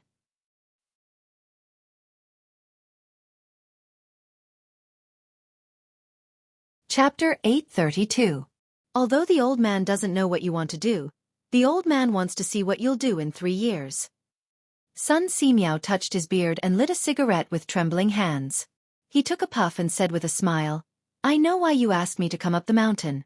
It's not about the pig, nor is it about this pot of nutritious porridge. You want me to teach you my medical skills on the mountain, right?" Hearing this, Zhang Feng was about to say something.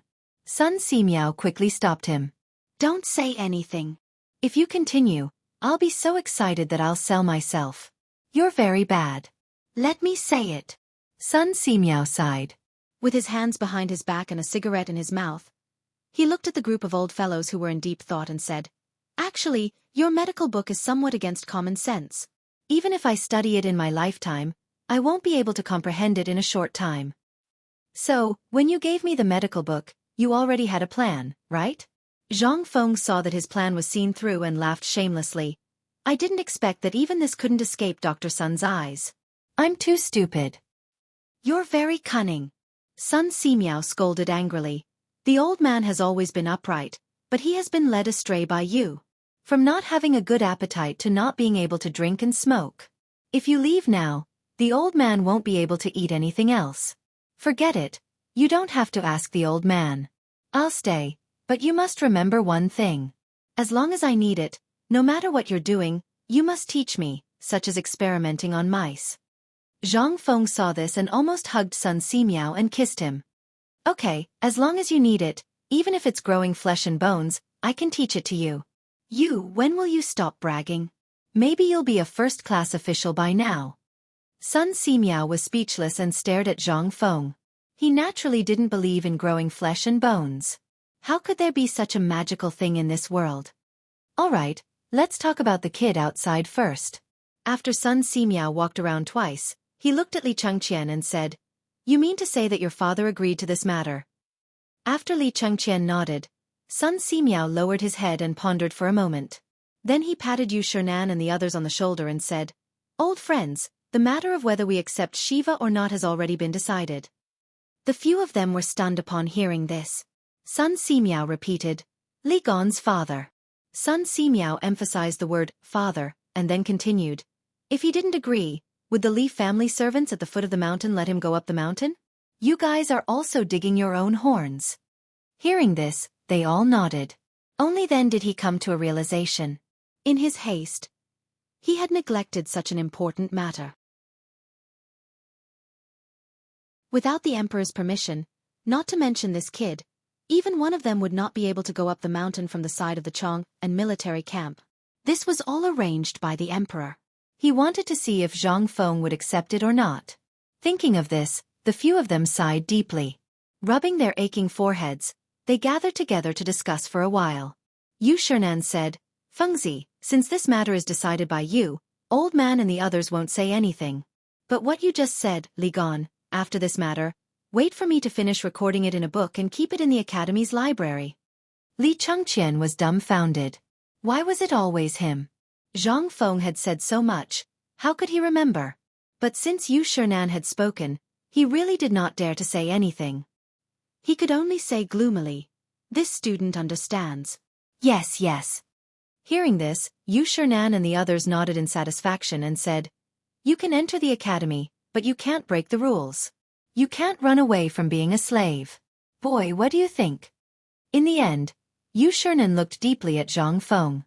Zhang Feng also knew that this might be the biggest compromise, but this was not a matter of one's word.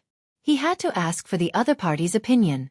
I understand, but Shiva is the crown prince after all. I think we should let him make the decision. What do you think? What a joke. Shiva was a prince. If news of this spread, the Zhenla king would be furious. The Zhenla royal family would fight Zhang Feng to the death. Zhang Feng did not care whether they agreed or not. He walked straight out of the door and waved at Shiva, who was squatting at the side with absent-minded eyes. After a long while, Shiva finally reacted.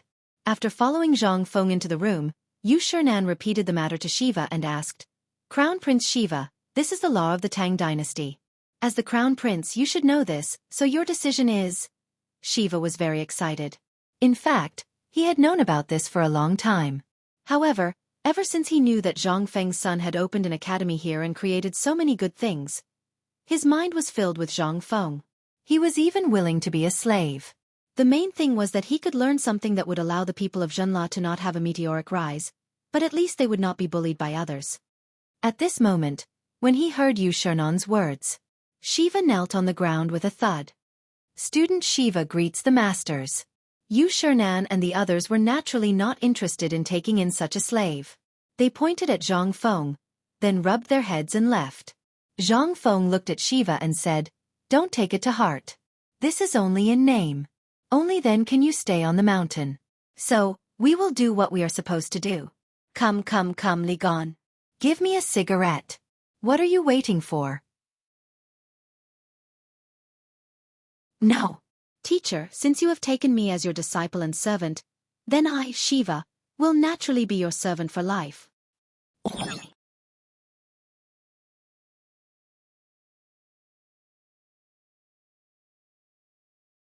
Chapter 833. Finally, this matter was settled. Zhang Feng's mood was very good at this moment. He found Zhu Zi and asked him to bring the smoked meat that had just come out of the pot, as well as a table of good dishes to entertain this rich man. Under Li Chengqian's incredulous gaze, he took out a jar of white wine from his bedroom. Fengzi, tell your brother the truth. How much wine do you have left? Li Chengqian cracked. He stared with a pair of bull eyes and asked. Zhang Feng ignored him and said indifferently, No more, no more. This is the last jar. I left this for Brother Shiva. All right, why are you standing here? If you have nothing to do, go out and play. Li Chengqian was very angry. But with Shiva here, he did not dare to beat up Zhang Feng. He could only angrily slam the door and leave. When there is time, Lao Tzu will definitely tear down your rotten wooden house. This prince wants to see how much wine you have hidden here. Zhang Feng did not care about this. Now that he finally met a rich man in this period of time, how could he not grab onto his thigh? He laughed and poured a cup of wine for Shiva, then said, Since we parted last time, we haven't seen each other for 3 months, right? It has been 3 months. I didn't expect so many things to happen in these 3 months. In the blink of an eye, you, a guy from the marketplace, actually became the dean. And I… sigh. Shiva drank 3 cups of wine and could not help but feel a little dizzy. When he thought of the things that happened in these 3 months, he could not help but feel sad. Creak. When the two were drinking cup after cup of wine, Li Chengqian pushed open the door with a strange expression. He looked at Zhang Feng and said, Fengzi, an important person is here. Shiva, do you want to leave? Leave what? Shiva is now our brother, and also your brother. When have you seen me chasing you away when I have guests? Li Chengqian's mouth twitched. Fine, forget it. You're on your own. I have something to do, so I'll go down the mountain first. While talking, Li Chengqian immediately slipped away like there was oil on the soles of his feet. As he walked, he did not forget to say, "Oh right, Iron Bull and the others asked me to tell you that they have also gone to Chang'an to look at the white paper business." Who was it that had come? To be able to frighten these masters to this extent? Zhang Feng didn't mind. He continued to eat and drink with Shiva. When Zhang Feng poured a glass of wine for Shiva and gestured for him to drink, he noticed that Shiva was looking at the door in a daze. "I say, Shiva, what are you looking at? What's outside the door? Who are you?" Before Zhang Feng could finish his sentence, he followed Shiva's gaze and looked at the door. The next moment, Zhang Feng couldn't help but be stunned. He asked an idiotic question. At the door, out of nowhere, a woman wearing a white strapless dress and a fiery red gauze dress had appeared. The woman was very beautiful and charming, the kind that was seductive to the bone. Zhang Feng thought that he had seen many beautiful women. Whether it was the famous female lead of the action movies in the future or something else, he had seen them all. He had even met the #1 beauty in Chang'an, Jingshu, when he came to the Tang dynasty. And that inexplicable fiancé, Zhang Yuyao. Both of them were top beauties, but, at this moment compared to this woman, there was nothing left of them. The woman's eyes were very big, and the corners of her phoenix eyes were slightly upturned. She had a charm that could devour one's soul. Even Zhang Feng, who had seen many beautiful women, couldn't help but feel a little overwhelmed. Damn, is this a demon? Daji? After looking at the woman for 10 seconds, Zhang Feng finally came back to his senses with a gasp. The woman at the door looked at Zhang Feng with a little surprise. Then she bowed and said, "Can I go in and have a drink?" "Yes, yes." Oh my God! This voice! Zhang Feng instantly felt that the blood in his body was boiling. But soon, Zhang Feng knocked into the oil lamp used to light cigarettes. Only then did he come back to his senses. He coughed and stared at Shiva, who was drooling, and said, "Get out. If you have nothing to do, find something to do." After hurriedly chasing Shiva out, Zhang Feng then welcomed the woman in. When the two of them stood together, Zhang Feng was once again stunned. He was 1.8 meters tall, but there were no high heels in this era. This strange woman was actually the same height as him. Zhang Feng took a deep look at the woman's proud place. Then, he obediently retracted his gaze. He poured a glass of wine for the woman and asked, "May I know why you are here?" The moment the question came out, Zhang Feng wanted to slap himself. What an idiotic question. What was wrong with him today? How could he ask such a question? And most importantly, Zhang Feng was shocked to find that his brain short-circuited several times when this woman appeared. Zhang Feng couldn't help but be alarmed. If this woman was sent by someone else to harm him, he would have knelt down by now. Zhang Feng's back was already covered in cold sweat. After taking 2 deep breaths, he returned to normal. As long as he didn't look at her eyes, nothing would happen. What was there to be afraid of? Thinking of this, Zhang Feng then cupped his fist and smiled elegantly. "I haven't asked for your name yet. Sorry for being rude." The woman pursed her lips and smiled. Zhang Feng was so scared that he quickly lowered his head and looked at the wine glass. "My surname is Yu. You can call me Yu,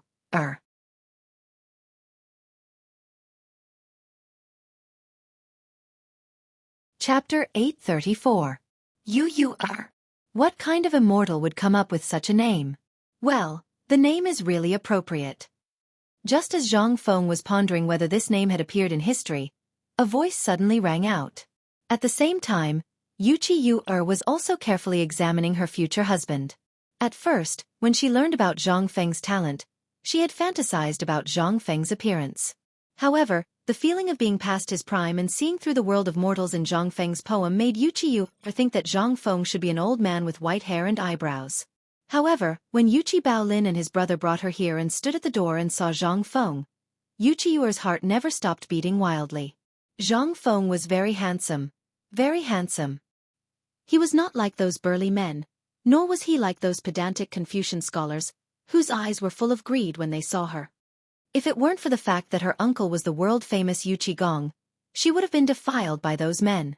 Fortunately, No one dared to challenge the Yuchi family's authority. Zhang Feng was indeed a little obsessed with her eyes at first. Ever since she became a director, there had never been a man who hadn't been mesmerized by her eyes. However, this Zhang Feng was actually able to recover in the short time it took to drink a cup of tea. Clearly, his heart was very pure. At least in Yuchi Yuer's opinion. He was very pure and straightforward at this moment, which was the style of a real man. Once again, a good impression of him arose in her heart. Unconsciously, the corners of Yuchi Yuer's mouth curled up slightly into a beautiful smile. Don't you see the water of the yellow river coming from the sky? Mastertsun, Donchio, don't stop drinking when you're about to drink. Prince Zhang's poem really makes people yearn for it. I came here from Jiangnan because of this poem, just to see Prince Zhang's real face. Seeing that Yuchi Yuer took the initiative to change the topic, Zhang Feng was a little flustered. After all, he was plagiarizing someone else's poem. He did not know how Li Bai would look at him in the future. But, K why care so much? He, it's good that Miss Yuer likes it. Oh right, do you smoke? No, drink, let's drink. Zhang Feng's mouth twitched again. Yuchi Yuer pursed her lips into a smile. Looking at the evasive Zhang Feng, she teased. Could it be that there's something shameful on Yuer's face? Why is Prince Zhang unwilling to even look at Yuer? Zhang Feng's face darkened. Lao Tzu wanted to see it. But you? Isn't this asking for my life? Zhang Feng let out a hollow laugh. Then he forced himself to look at Yuchi Yuer and said, Miss Yuer, what are you talking about? As he spoke, Zhang Feng stared into Yuchi Yuer's eyes for 11 seconds. Then, he hurriedly retracted his gaze. Using the excuse of drinking, he heaved a sigh of relief and said, I was rude. This cup of wine is my apology. As he spoke, Zhang Feng raised his head and downed the wine. He pointed at the dishes on the table and said, I heard that Miss Yuer came from Jiangnan? Yes. Yuchi Yuer pursed her lips and smiled. If this little girl said that Yuer came here for young master, would young master believe me? He. Zhang Feng let out a hollow laugh. Like hell I'd believe you. But he only dared to say this in his heart. Miss Yuer must be joking. What did this little one do to deserve Miss Yuer's attention? Just because of young master's 11 poems. Hearing this, Zhang Feng said, Those are all trivial things that I made up when I had nothing better to do. Yuchi Yuer laughed again. She drank alone and said, Then Prince Zhang, do you know that all the scholars and beauties in Jiangnan are rushing to Chang'an just like you? As for their purpose, young master naturally knows. Along the way, Yuer saw that Prince Zhang had single-handedly turned this originally barren Shao mountain into such a prosperous place. This is truly a blessing for our Tang dynasty. However, why didn't Prince Zhang continue on the path of poetry? Why did he want to open an academy here to teach and educate people instead? On the way up Shao Mountain, Yuchi Baolin and his 2 brothers had dragged Cheng Chumo and the others to tell Yuchi Yuer. They had even dug out what time Zhang Feng went to bed and what size his pants were. All of this had been pulled out from the mouths of Cheng Chumo and the others. Especially after learning about paper and the smelting workshop. Yuchi Yuer was even more surprised. When she asked again, she saw that Zhang Feng was somewhat absent-minded and felt that it was a bit rude. She couldn't help but purse her lips and smile. Forgive me for my rudeness. I won't disturb you any more today. Yuer hopes that Prince Zhang will do me the honor of reciting a poem with you, or another day. When Zhang Feng heard this, he felt as if he had been pardoned. Miss Yuer is too serious. It is this one's fortune to have met such a beautiful person like Miss Yuer. As long as Miss Yuer comes, I, Zhang Feng, will naturally sweep the bed to welcome you. Will you? Yuchi Yuer covered her mouth and smiled. Her question stumped Zhang Feng. Yuchi Yuer stopped teasing Zhang Feng. She bowed slightly and bid him farewell. However, the moment she turned around, a trace of loneliness flashed through her eyes. In the end, it was because of her seductive eyes. Although Zhang Feng hadn't said anything, she had always felt that there was an unseen abyss between them. However, the loneliness in her eyes only appeared for a moment before disappearing without a trace. When she saw the palanquin appear at the mountain entrance, a smile flashed across her lips. Happiness was to be grasped by oneself, not by charity. A long time after Yuchi Yuer left, Zhang Feng was still staring at the slowly disappearing palanquin. He went to the kitchen and asked Old He and the others, who were dumbfounded. Old He, have any of you heard of someone called Yu? But when he thought of this, Zhang Feng thought of another important matter. He asked fiercely, who let her up the mountain?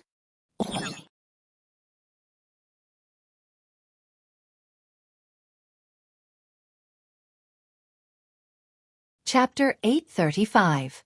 No one could answer Zhang Feng's question. Because Yu had just arrived in Chang'an yesterday, and then went directly to Yuqi Mansion.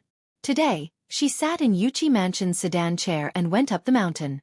However, when Zhang Feng saw the sedan chair at the mountain gate, Zhu Zi said, Brother Feng Zi, Brother Tai Niu and Brother Yu Lin brought her up the mountain. But it seems that they all know each other, especially Brother Tai Niu. The way he looked at the girl just now was like the way a man looks at a prostitute at the gate of a brothel. Zhang Feng heard this and glared at him. Don't talk nonsense. Zhu Zi shrunk his neck and said with grievance, this is the truth. You can ask them. They all saw it. And these guys definitely have bad intentions. After taking the girl up the mountain, they ran away as if they were fleeing for their lives. Fleeing for their lives? But Zhang Feng thought about it and really believed it. Yuer's eyes were really not something an ordinary man could bear. He didn't know what kind of reincarnation of a demon she was. He didn't even remember such a person. It was reasonable to say that such a person should be very famous in history.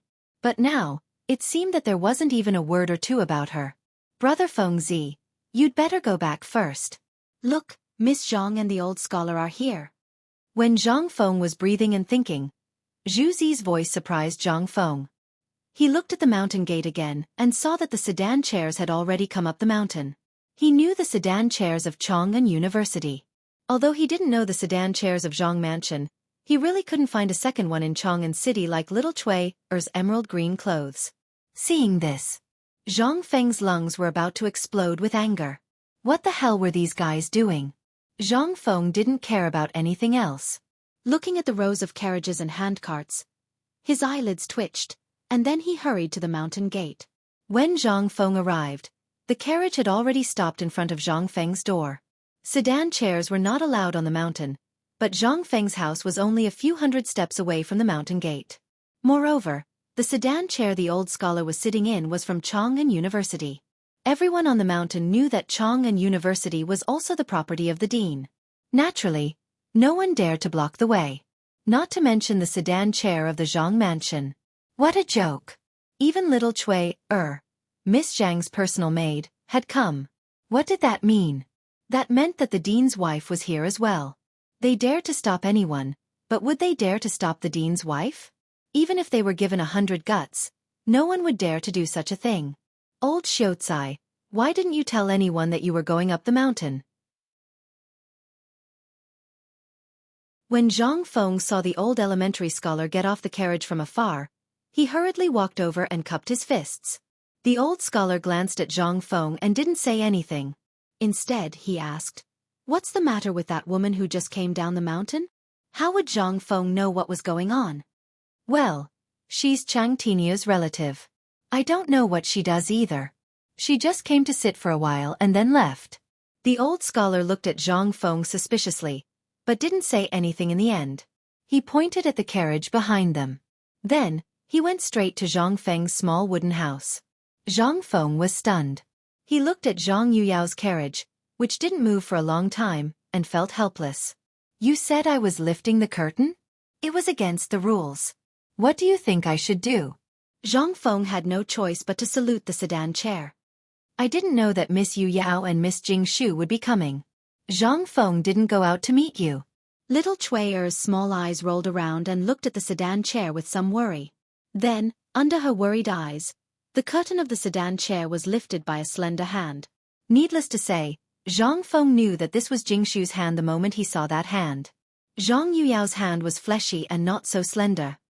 Jingshu greets Prince Zhang. Jingshu lifted the curtain of the sedan chair and bowed. Then, she pulled the red-faced Zhang Yuyao out of the carriage. Miss Yuyao, are you not feeling well? Zhang Feng pretended not to understand and asked, if you're not feeling well, I'll call Dr. Sunday. No. I'm fine, there's no need. Zhang Yuyao hurriedly said, her face turning even redder. The people around them who were watching the show roared with laughter at this time. Zhang Feng was afraid that these people would talk nonsense, so he glared at them. Only then did they disperse in a hubbub. The few of them entered the small wooden house without saying a word. The old scholar sat in front of the table that had not been removed, his face gloomy. Zhang Yuyao could not help but exclaim, tears in her eyes. As for Jing Shu, it was only now that she took off her veil. Although her expression was the same, she was staring at the table in a daze. Zhang Feng was a little embarrassed. Well, don't just stand there. Shiwa, quickly call someone to cancel the banquet and change it to another table. Change to what? The old scholar angrily shouted in a low voice. What kind of principal are you? So wasteful and extravagant. Do you want to spread this kind of atmosphere to everyone on the mountain?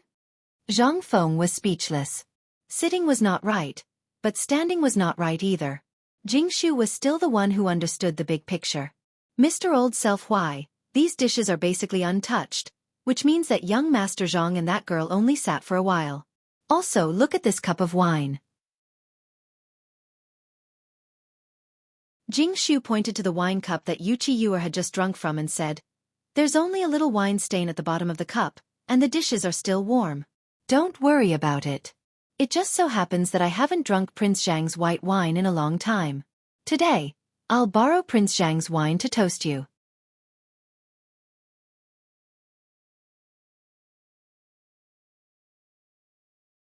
Chapter 836. Zhang Feng was so excited that he wanted to hug Jingshu and kiss her. She was too virtuous. If this was the 21st century. Try it.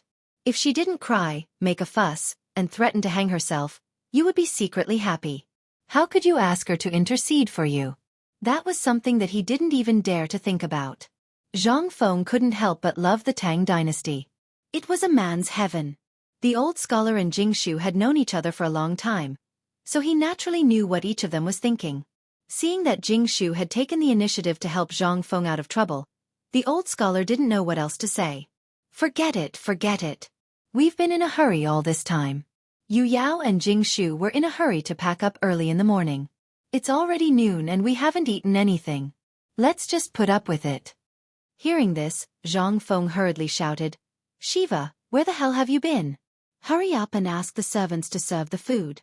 Are you trying to starve us to death? Shiva wanted to cry.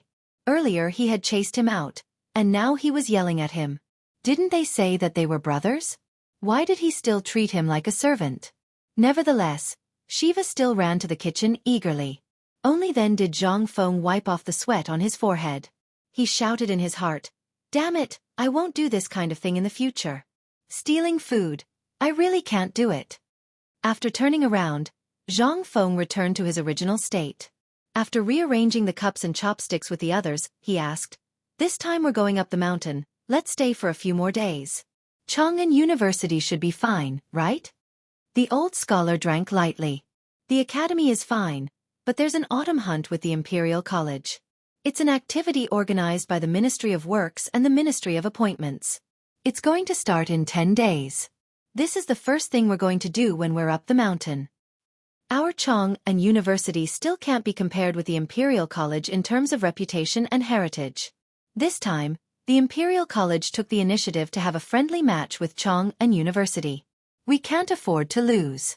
The old man went to look for a Kuju team, but until now, he hasn't found a foreman who is willing to take our place. Kuju. During the Tang dynasty, it had basically formed an industrial chain. Aristocratic families would basically fund a local foreman who specialized in Kuju. When the foreman received the money, he would recruit people who specialized in Kuju to compete with him, regardless of whether he won or lost. Of course, if he won, the aristocratic family would naturally reward him handsomely. However, there weren't many such academy versus academy competitions. Chang'an University was basically filled with those stubborn people from Chang'an. It would be strange if anyone was willing to come. If something went wrong, he would lose his life.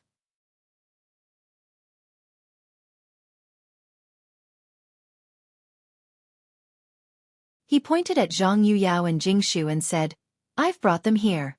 You don't have any good skills, but your bad habits are increasing day by day. What did you change to when you made a scene in Swallow Descent Tower? There are so many eyes on this mountain watching. Even if you're not embarrassed, I still want to save some face. It just so happens that Jing Shu is a sensible person and will help you settle things outside. Yu Yao is meticulous and will wash your clothes and comb your hair every day. All right, that's all. Old man, I'm leaving.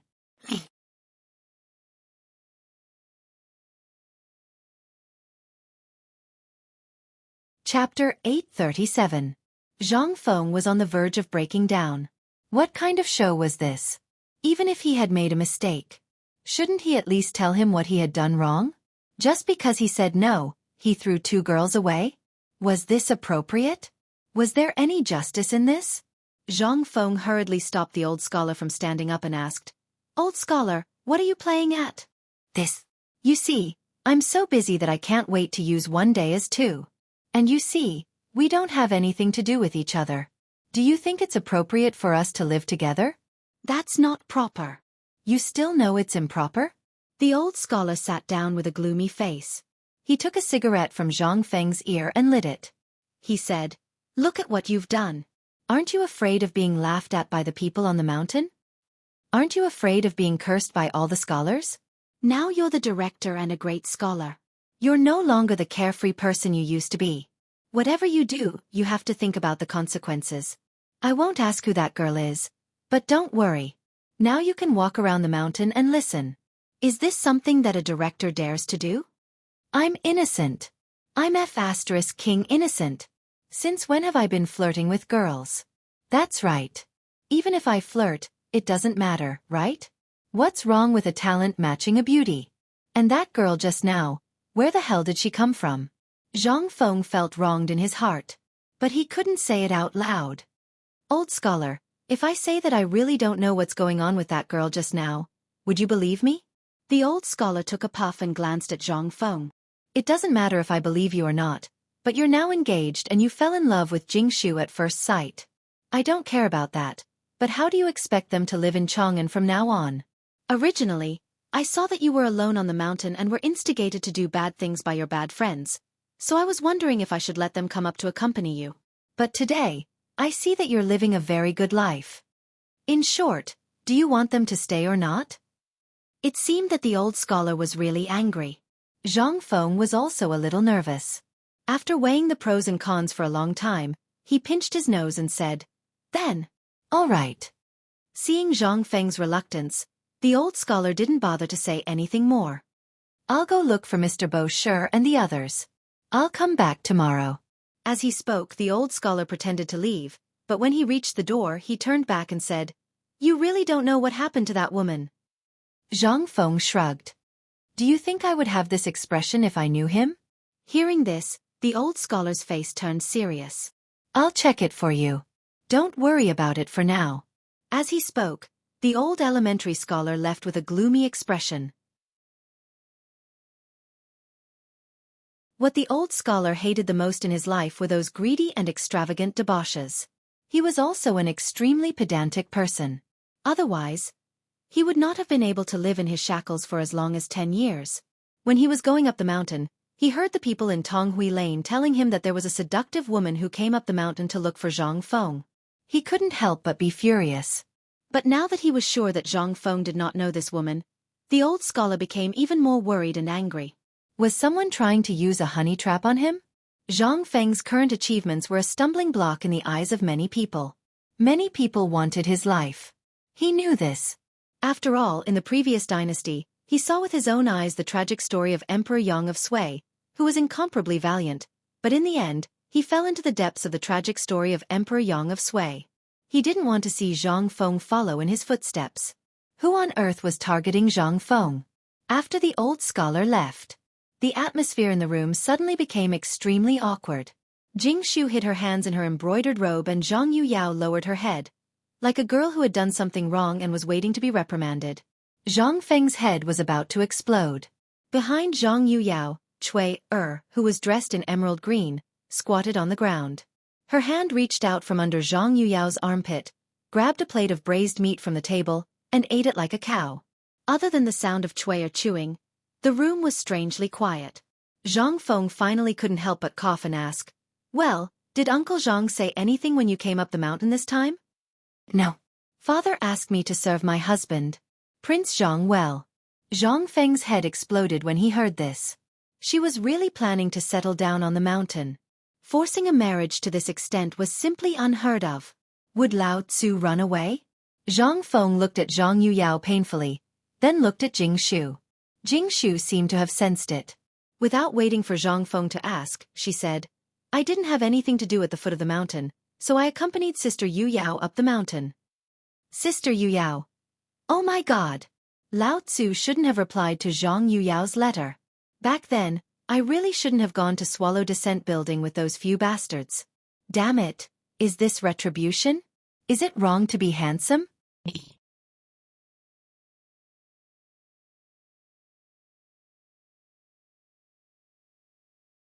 Chapter 838.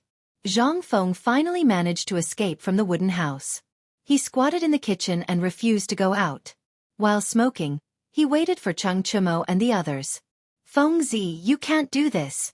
Although you haven't married them yet, Miss Zhang and Miss Jing Shu are still your women. Is it appropriate for you to ignore them like this?" "Yes, Feng Zi, if you do this, those old things will scold you again. Go back." Under the persuasion of old He and Zhang Tufu, Zhang Feng could only return to the study room. He looked around the wooden house. This was the first house he saw when he first entered Shao Mountain. Zhang Feng was reluctant to tear it down. If he wanted to expand it now, it would be too late. There were only 3 rooms in the wooden house. One was Zhang Feng's bedroom. The other was the room of Chen Tiniu and the others. Now that they had slipped away and found a place to live, it was basically Zhang Feng's material warehouse. The last room was Zhang Feng's secret warehouse. There were 3 locks on the door, and it was guarded by Gao Kansas. Now that Gao Kan had slipped away, the house was empty. It was obviously impossible for people to live there.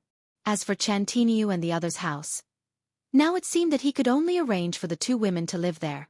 As for the villa, it hadn't been painted yet. How could he live there? Besides, even if he painted it, it would take a month to dry it. Otherwise, he didn't want to suffer from rheumatism so early.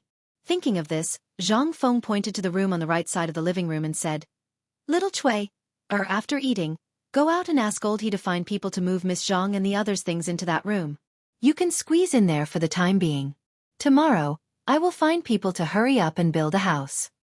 "Prince Zhang, don't trouble yourself. This place is very good. It's fine as long as we can live here."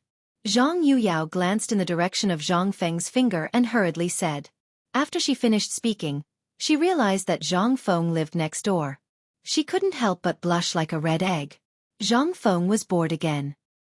He could only rub his nose embarrassedly and say, "Since that's the case, I have some matters to attend to first. You can leave the matters here to that purple-robed youth." "Prince Zhang, you can leave if you have something to do. We will take care of the matters here." Jing Shu was still so gentle and elegant, but when she walked to the door, Zhang Feng didn't know what to do. Once he went out, they would definitely gossip about him. His head hurt. But on second thought, Zhang Feng instantly figured it out. If the woman wasn't afraid, why would a man like him be afraid? Thinking of this, Zhang Feng was no longer embarrassed. Under Jing Shu's surprised gaze, Zhang Feng coughed and said, "I just had some inspiration now. I'll go inside and think about a new poem. You guys go ahead." If you have nothing to do, you can go to the mountain. After all, this place can be considered half a home in the future. After Zhang Feng finished speaking, he closed the door. Seeing this, Jing Shu couldn't help but cover her mouth and laugh. How could she not see Zhang Feng's embarrassment? But after all, she was more intelligent. With a little thought, she could understand the meaning behind it. "Sister Jing Shu, Jing Shu patted Zhang Yuyao's hand, indicating that she didn't need to worry. Then she walked out of Zhang Feng's study with Zhang Yuyao and said, "Prince Zhang is busy now. We don't want to disturb him." Zhang Yuyao opened her mouth to say something, but after hesitating for a long time, she didn't say anything. She could only sit at the door with Jing Shu and watch the people of Tonghui Square happily fighting to move things for them. At this time, Jing Shu recalled what had just happened. At the beginning, She really didn't want to stay. After all, Zhang Feng was more embarrassed. It could be seen from just now. But she couldn't get that woman's voice out of her mind. This was really what the old scholar said. Zhang Feng's excellence was beyond doubt. She was very clear that outstanding people would never lack women around them. But when Zhang Feng turned around, she saw a trace of concern in Zhang Feng's eyes. This was the reason why Jing Shu chose to stay. After sitting for a while, Steamed Bun came over with a lot of snacks. Jing Shu touched Steamed Bun's head and said, "I heard that Mr. Bo Shi and the others are on the mountain. Let's go and visit them." Hearing this, Zhang Yuyao finally remembered the important matter at hand. She hurriedly rummaged through the chests and cupboards and took out the gifts that she had prepared beforehand. Only then did the four of them slowly walk towards the back of the mountain under the watchful eyes of the crowd. Shiwa was already stunned.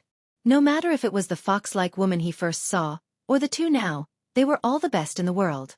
At least in Zhenla, he really couldn't find a woman as beautiful as them.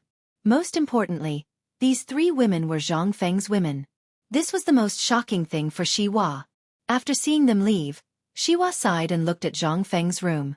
He took out a small book and wrote something on it.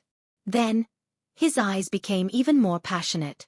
Is this the attractiveness that the imperial tutor talked about? Brother Zhang is indeed Brother Zhang. If I can stay by his side for a long time, then I can also get this attractiveness, then. Thinking of this, Shiwa squatted in a corner and laughed foolishly.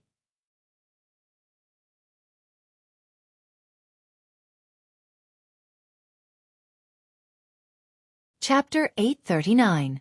How was Zhang Feng composing a poem at this moment? He hid at the door and watched Jing Shu leave with some boxes through the crack of the door. Only then did he heave a deep sigh of relief. What kind of sin did he commit? Zhang Feng sighed again. He lit a cigarette and walked to the door. Looking at Shiva, who was laughing foolishly, Zhang Feng rolled his eyes and went back to his room. Then he simply fell asleep. And when Zhang Feng fell asleep, Yi Zichen was stunned. At the foot of the mountain, in an inn with the same name as the Uli Inn in Chang'an City, Cheng Chumo, Li Chengqian, and the others were pacing back and forth anxiously, while Yuchi Baochi was squatting at the door and smoking. His face was blue and purple. Obviously, he had been beaten up. Wei Shuyu and Zhang Sun were playing poker without a care in the world. They didn't even think about what happened to Zhang Feng. As for this, there were naturally people who were worried. After all, they weren't the ones who brought him up. Tap, tap, tap. Suddenly, there were hurried footsteps on the wooden stairs. Li Chengqian and Cheng Chumo couldn't help but be startled. They hurriedly looked at the door. Seeing the person, Li Chengqian asked, "How's the situation on the mountain? Did a fight break out? Who won? Is Fengzi okay?" Seeing this, the person hurriedly said, "Young Master Li, nothing happened on the mountain. That woman has already gone down the mountain. She didn't have any entanglement with Jing Shu and the others." Hearing this, Li Chengqian heaved a deep sigh of relief. It was good that nothing happened. If something had happened, it would be a big deal. Thinking of this, Li Chengqian was furious. He kicked Yuchi Baochi hard and said, "It's all your fault. Your father is an old bastard, and you're following him. Who is that? That's your aunt. How dare you trick your aunt like this?" Well, what if it worked? Fengzi isn't married. Besides, which man doesn't have multiple wives? What did I do wrong? Yuchi Baochi muttered. Li Chengqian became even angrier when he heard this. "Tell me, one is your aunt, the other is Fengzi. How are we going to teach them in the future? What's his name? Your father, that old bastard, didn't think of this. Are you following in his footsteps?" "That's right. Why are you following suit?" Cheng Chumo also took the opportunity to slap him. Li Chengqian was so angry that he pointed at Cheng Chumo's nose and said, "This is all your rotten idea. Don't think that Lao Tzu doesn't know that Yuchi Baochi wouldn't do something like this. Which eye of yours saw me do it?" Cheng Chumo could not take it anymore. Li Chengqian didn't say anything. He only snorted. Cheng Chumo didn't say anything. He knew that it was useless to say anything. "Do you know the consequences if my father finds out about this? Who was old Yu? Who was Fengzi? If you let someone spread rumors about you, Tai Niu, you'll be harming old Yu's family, do you know that?" Chung Chimo, Zhang's son, and the others were shocked when they heard this. It really was like that. Yu Qigong held an important position, and many people in the imperial court didn't like him. However, he had always been straightforward and didn't have any tricks up his sleeves. This saved the emperor from liking him. If Yu Qigong married his younger sister to Zhang Feng in the past, it wouldn't be a big deal. Everyone would just chuckle. But now, Feng Zi had mastered such important military skills, and he even had amazing methods of training soldiers. At this time, it was hard not to think too much about it. This was what Li Chengqian was most worried about. If someone in the imperial court submitted a memorial, Yu Qigong would be in danger. Even the emperor wouldn't be able to protect him. At this time, Cheng Chimo also became anxious. Then, what's wrong with men and women getting married when they're of age? Can't Feng Zi get married? Uncle Yu isn't wrong. Yes, they aren't wrong, but if you were in the past, no one would be wrong. However, the wrong thing is that the borders are in chaos now, and it's inevitable that there will be unrest in the imperial court. If someone wants to use this against you, then... Cheng Chimo and Yu Qi Baoqi turned pale with fright when they heard this. Even Wei Shuyu and Yu Baoqi's expressions turned serious. What do we do? Then what do we do now? Li Chengqian pondered for a while, then looked at the gradually darkening sky. He muttered, "Let's go up the mountain. Let's go see how Feng Zi is doing with her first." When they heard this, how could they dare to delay? They hurriedly packed up and ran up the mountain. Yu Qiyu had left long ago. After all, her identity was special, and the longer she stayed on the mountain, the more rumors there would be. She wasn't a flower vase, so she naturally knew what was going on. Thus, she left as soon as she went down the mountain. This was also what made Li Chengqian and the others anxious. No one knew what had happened in the end, or what they had talked about. To be honest, Li Chengqian and the others had slept with many women, but Yu Qiyu's eyes still made them lose their minds the moment they saw them. They were very worried about Zhang Feng's self-control. This kid was still a fledgling. His self-control towards this thing was... They were very nervous. If Zhang Feng couldn't control himself, then it would be a big problem. Previously, Li Chengqian thought that Yu Qigong was just joking about introducing his sister to Zhang Feng. Who would have thought that Yu Qigong was actually serious about it? This was simply... He was playing with fire. Li Chengqian anxiously went up the mountain with Cheng Chimo and the others. At this time, lanterns and bonfires were already lit on the mountain. All the craftsmen and students had entered their own small worlds.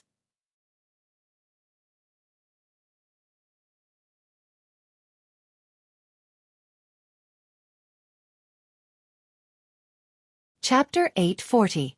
After Zhang Feng gave Cheng Chimo a good beating, his anger gradually subsided a lot. Zhang Feng was speechless. Apart from the first punch on Cheng Chimo's face, which had some effect, he didn't seem to hurt Cheng Chimo at all. In the end, Zhang Feng could only give up. He sat on the stone panting and asked, "Who on earth was that woman in the afternoon?" How could Cheng Chimo dare to tell him? If he did, wouldn't Feng Zi really go crazy? He kicked Yu Qi Baoqi and said, "Ask him. He knows better than me." Zhang Feng looked at Cheng Chimo suspiciously, but Cheng Chimo didn't dare to tell him. If he did, he might get beaten up. Although he wasn't afraid of Zhang Feng, he was afraid of the 4 Confucians. If those fellows were to find out about this, his father might climb up the mountain to help him loosen his bones before he could even return home. At the thought of this, Cheng Chimo refused to tell him. He kept pointing at Yu Qi Baolin. Yu Qi Baolin wanted to cry. "If I tell you, can you not beat me up?" Zhang Feng looked over the bonfire. This guy's face was bruised. Obviously, he had been beaten up. He said angrily, "Tell me." "That's my aunt." Zhang Feng was completely stunned. He stared at Yu Qi Baoqi for a long time before he came to his senses. He asked in a trembling voice, You say it again. Who is she?" "My aunt." "Buzz." Yu Qigong's big flat face and Yu Er's peerless beauty instantly appeared in Zhang Feng's mind. Even if the Photoshop guru of the later generation forced him to his death, it would still be difficult for him to Photoshop these 2 people into the same appearance. How were they similar? Wasn't this a joke? Were they born by their mothers? A fairy and a yaksha. Oh my god. Was there really such a weirdo? Ahem. Fengzi, don't think too much. Captain, Yu and Old Yu are distant relatives. As the daughter of Old Yu's distant uncle, she indeed doesn't look like one. But don't worry, I can guarantee that Miss Yu is really only 18 years old this year. Without waiting for Li Chengqian to speak, Zhang Feng waved his hand and moaned, "Don't say anything. Let me digest this." Zhang Feng was completely confused. Didn't he just cheat Old Yu out of a few things? Was it necessary? Who asked him to choke her and lift her collar when they met for the first time? Who wouldn't get angry if they were in his shoes? Last time, he remembered that Old Yu had mentioned this when he was drunk. He had just taken it as a joke. But now, it seemed that this wasn't a joke at all. This was serious. Although Yu was indeed very beautiful, Zhang Feng still did not want to die from exhaustion. Under those eyes, Zhang Feng always felt that his brain couldn't turn around. He had no control at all. This made him extremely unhappy. It was far from the peace he felt when he was with Jing Shu and Zhang Yuyao. Most importantly, Zhang Feng did not want to provoke such a woman.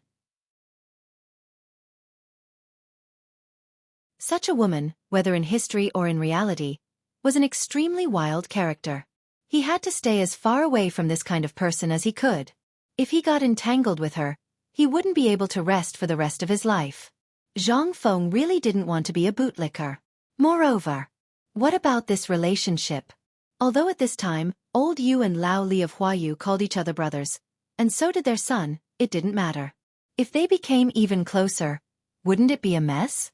From now on, should he call Old Yu brother? Brother-in-law? What about these guys? Zhang Feng instantly had a headache. Damn it. Forget it, he'd better take one step at a time. At this time, Zhang Feng really understood why the old scholar was so angry just now. He also felt that the old scholar was so cute. At the critical moment, he sent Zhang Yuyao and Jing Shu, the two shields, to the mountain. Otherwise, Zhang Feng really didn't know what would happen tonight. Thinking of this, Zhang Feng trembled a little and lit a cigarette. At the same time, he stared at Yuchi Baochi with great anger. "Get down the mountain now. If your father doesn't come and tell me something, we won't see each other for the rest of our lives." Yuchi Baochi was shocked when he heard that. "Fengzi, we don't have to do this. This is all my damn father's doing. It has nothing to do with me. Get out." Zhang Feng was extremely irritated. "I really don't know what your father is thinking. How could he do such a stupid thing? Is he kidding? Get out and Tainyo you guys. From now on, until I'm not angry anymore, on the mountain." Cheng Chumo and the others stared at Zhang Feng with great fear. Especially after Zhang Feng gasped for breath, they became even more nervous. "Fengzi, can you say it all in one breath?" Li Chengqian asked with great concern. Zhang Feng really didn't know what to ask these guys to do. It would be embarrassing to dig up feces, but would they obediently carry bricks? After thinking for a while, Zhang Feng finally patted his head and pointed in the direction of the waterfall. "I'll give you until the Mid-Autumn Festival. No matter what method you have, under the condition that you don't use the mountain labor, you have to draw water from the waterfall to me. Also, you have to level out a piece of land in the grassland behind the mountain. You have to build a drill ground with cement." Are you crazy?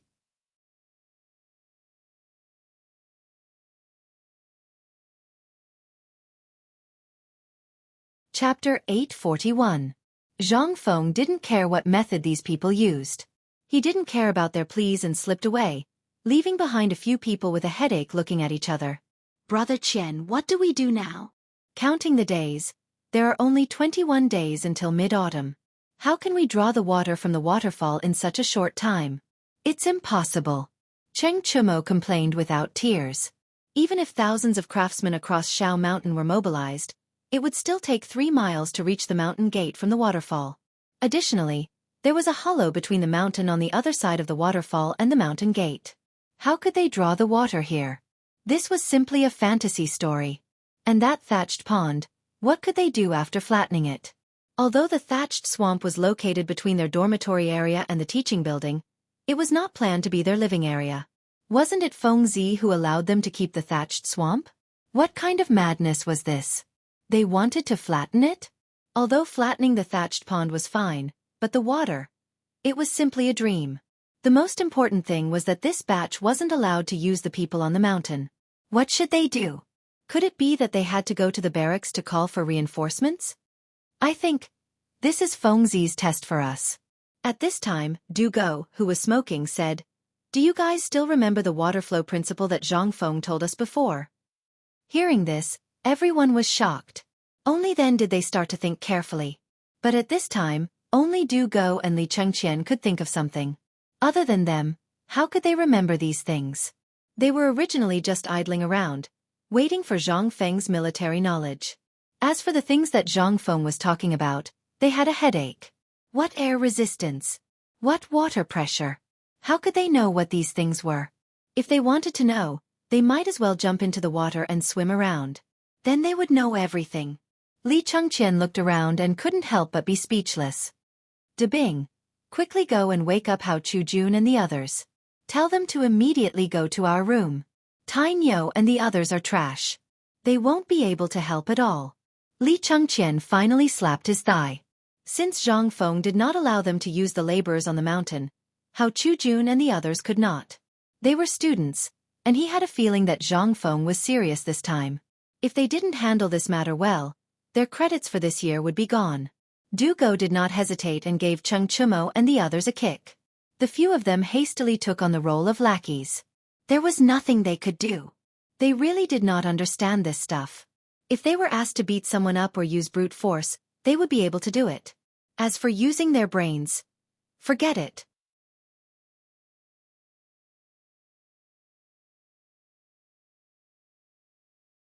This poem was one of the difficulties of the poet immortal Li Tai Bai.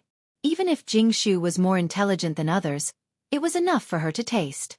Take your time to think about it.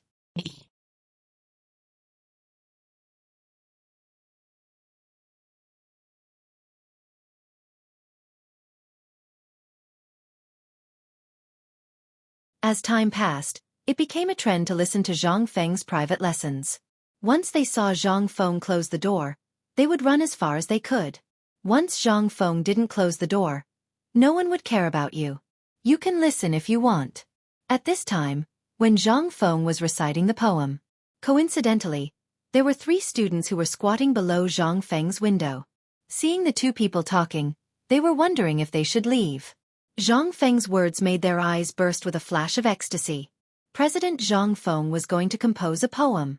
And it was a poem that took him an entire afternoon to compose. It should be known that Zhang Feng usually didn't compose poems. But once he did, he would open his mouth and compose several poems at once. President Zhang used an entire afternoon to compose these poems. They instantly took out their brushes and ink from their arms in ecstasy. They were so nervous that they were sweating all over. When Zhang Feng's voice faded away, they were dumbfounded. After looking at each other, the 3 of them frantically recorded on the yellow paper, bamboo slips, and even the book covers that they had prepared in advance to secretly learn. It should be known that Zhang Feng had a lot of famous sayings on the mountain now. Each one of them was worth at least 1,000 strings of coins. And they were priceless. Especially the road that no one walked on before became a road after many people walked on it. Because of this one sentence, some people even called out the value of the first 2 pieces of gold, wanting to buy the right to use this word. But, at this time, the eyes of the 3 people couldn't help but turn into copper coins. After they finished recording, they ran away trembling all over as if they had epilepsy. Early the next morning, at the entrance of Yuqi Manor, a person wearing the special servant uniform of White Deer College anxiously knocked on the door. That person knocked on the door. After confirming that the person who came out was the housekeeper, he handed over a slip of paper and then hurriedly disappeared. To be able to become an official in the Yuqi mansion, how could he not have some skills? When he saw that this thing came down from Shao Mountain, he hurriedly sent it to Yuqi Gong's study. But when he heard the clamorous snoring sound, the housekeeper wanted to knock on the door but didn't dare to. He anxiously scratched his ears and cheeks. "Housekeeper, what's the matter?" At this time, Yuqi Yu leisurely came over. Seeing this, the old housekeeper's eyelids twitched. He hurriedly bowed. "There's a letter that came down from Shao Mountain." "But master, Shao Mountain?" Yuqi Yuer's eyelids twitched. Then she smiled and said, "Cousin is resting at the moment. Just give it to me. I'll give it to him later." The housekeeper hesitated for a long time. But in the end, he clenched his teeth and handed it to Yuchi.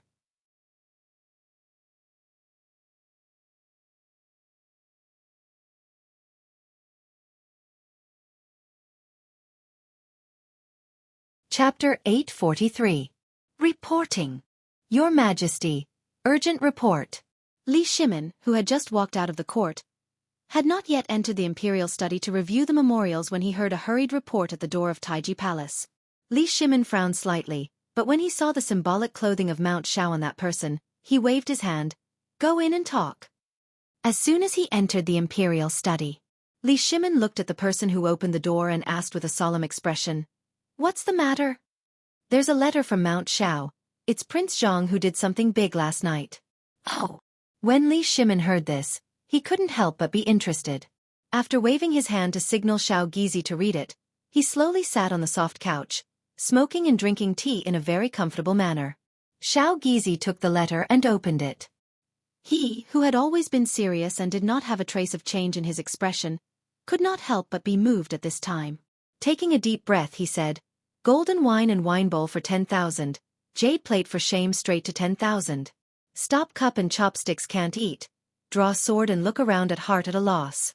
And on the other side, in Wei Zheng's residence. Wei Zheng slowly looked at the note in his hand with a stunned expression, muttering, Trying to cross the Yellow River, the river is blocked by ice, trying to climb the Taihang Mountains covered with snow. Come fishing on the blue stream, suddenly ride a boat to dream of the sun. The road is difficult. The road is difficult. Many paths. Where are you today? In Li Yuan's bedroom. At this time, Li Yuan's originally hazy sleepiness was instantly read by the female official kneeling in front of the bed. He did not completely wake up. There will be times when the wind and waves will break. Directly hang the clouds sail to the vast sea. The great Tao is like the blue sky. I can't get it alone. Is this really that kid's poem? Li Yuan asked in surprise. The female official trembled all over and hurriedly said, This was passed down by the Jinwu guards of Mount Shao, it can't be fake. Go down. Investigate again. Li Yuan waved his hand and dismissed the servants. He took the note from the concubine's hand. The more he looked at it, the happier he was. Li Shimin, Wei Zheng, Feng Xianling, Du Ruhui, and the others saw the poem almost at the same time. They also knew about this poem. Basically, everyone who knew about it knew about it. After all, if their son could go up the mountain, there would definitely be personal guards following him. It wasn't surprising that he was able to obtain such information. Almost at the same time, they frowned and looked in the direction of Shao Mountain, asking, What is that kid doing? Why does this poem make me feel so uncomfortable? How could the servant who delivered the letter know about this? However, when they learned that Yu Qigong had introduced his cousin to Zhang Feng, they were shocked. At almost the same time, they immediately thought of the Taiji Palace. They all headed towards Li Shimin's imperial study room. Li Shimin also said, Little Gizi, quickly summon the dukes. Especially that old man Yuchi. As long as he's not dead, you have to carry him here even if you have to. Seeing this, little Gizi's face twitched. Yes. Zhang Feng, this kid, had always been cheerful and carefree. These two women couldn't arouse his interest. At this time, giving him another one, wouldn't that be asking for his life? However, this kid didn't seem to be someone who couldn't control himself when he saw a woman, right? Otherwise, wouldn't that Jingshu have been taken in by him long ago? Could it be that there was something different about this Yu? Otherwise, why would that kid's mentality collapse? Li Shimin couldn't help but ask curiously. That's right, let that old man Yuchi bring Yuchi. We want to see who exactly this Yuchi is. Little Gizi was stunned when he heard this. Your Majesty, if Yuchi doesn't have status, she can't enter. Just say that we summon her. Little Gizi shrank his neck when he heard this, then hurriedly retreated. On the other side, Yu Qigong was woken up in a daze by the woman's needles. He was about to get angry, but Madame Yuchi threw the slip of paper in her hand at Yu Qigong's face and said, This is your fault, so do as you see fit. Just now, the servants reported that Wei Zhang and the other old fellows have received it. They're all running around the palace, and you're still trying to wake me up like a corpse? Another 2 hours and you'll really be a corpse. Yu Qigong was shocked when he heard this. He hurriedly looked at the paper, but there was no rush. After carefully reading it, he was so shocked that his forehead was covered in sweat. He wanted to curse. However, he couldn't curse in front of Yu Qiyue. If it weren't for this damned woman's incitement, this wouldn't have happened. He originally thought that with Zhang Feng's thick nerves, there wouldn't be a problem. Great. Now the matter had blown up. How could Yu Qigong dare to sleep? He hurriedly got up and shouted as he crawled. Old Ding, quickly prepare the carriage. Lao Tzu wants to enter the palace. Men. As he put on his boots, Yu Qigong glanced at Yu Qiyue. Yu Qiyue was as calm as usual, as if this matter wasn't caused by her. Yu Qigong couldn't help but wonder if he had done the right thing. However, it was useless to say that now. As he ran outside, he pointed at Yu Qiyue and said, You follow me into the palace. Don't you think this matter has blown up?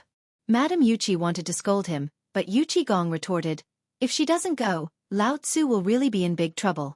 If His Majesty takes a look at you, this matter might really work. There was such a thing.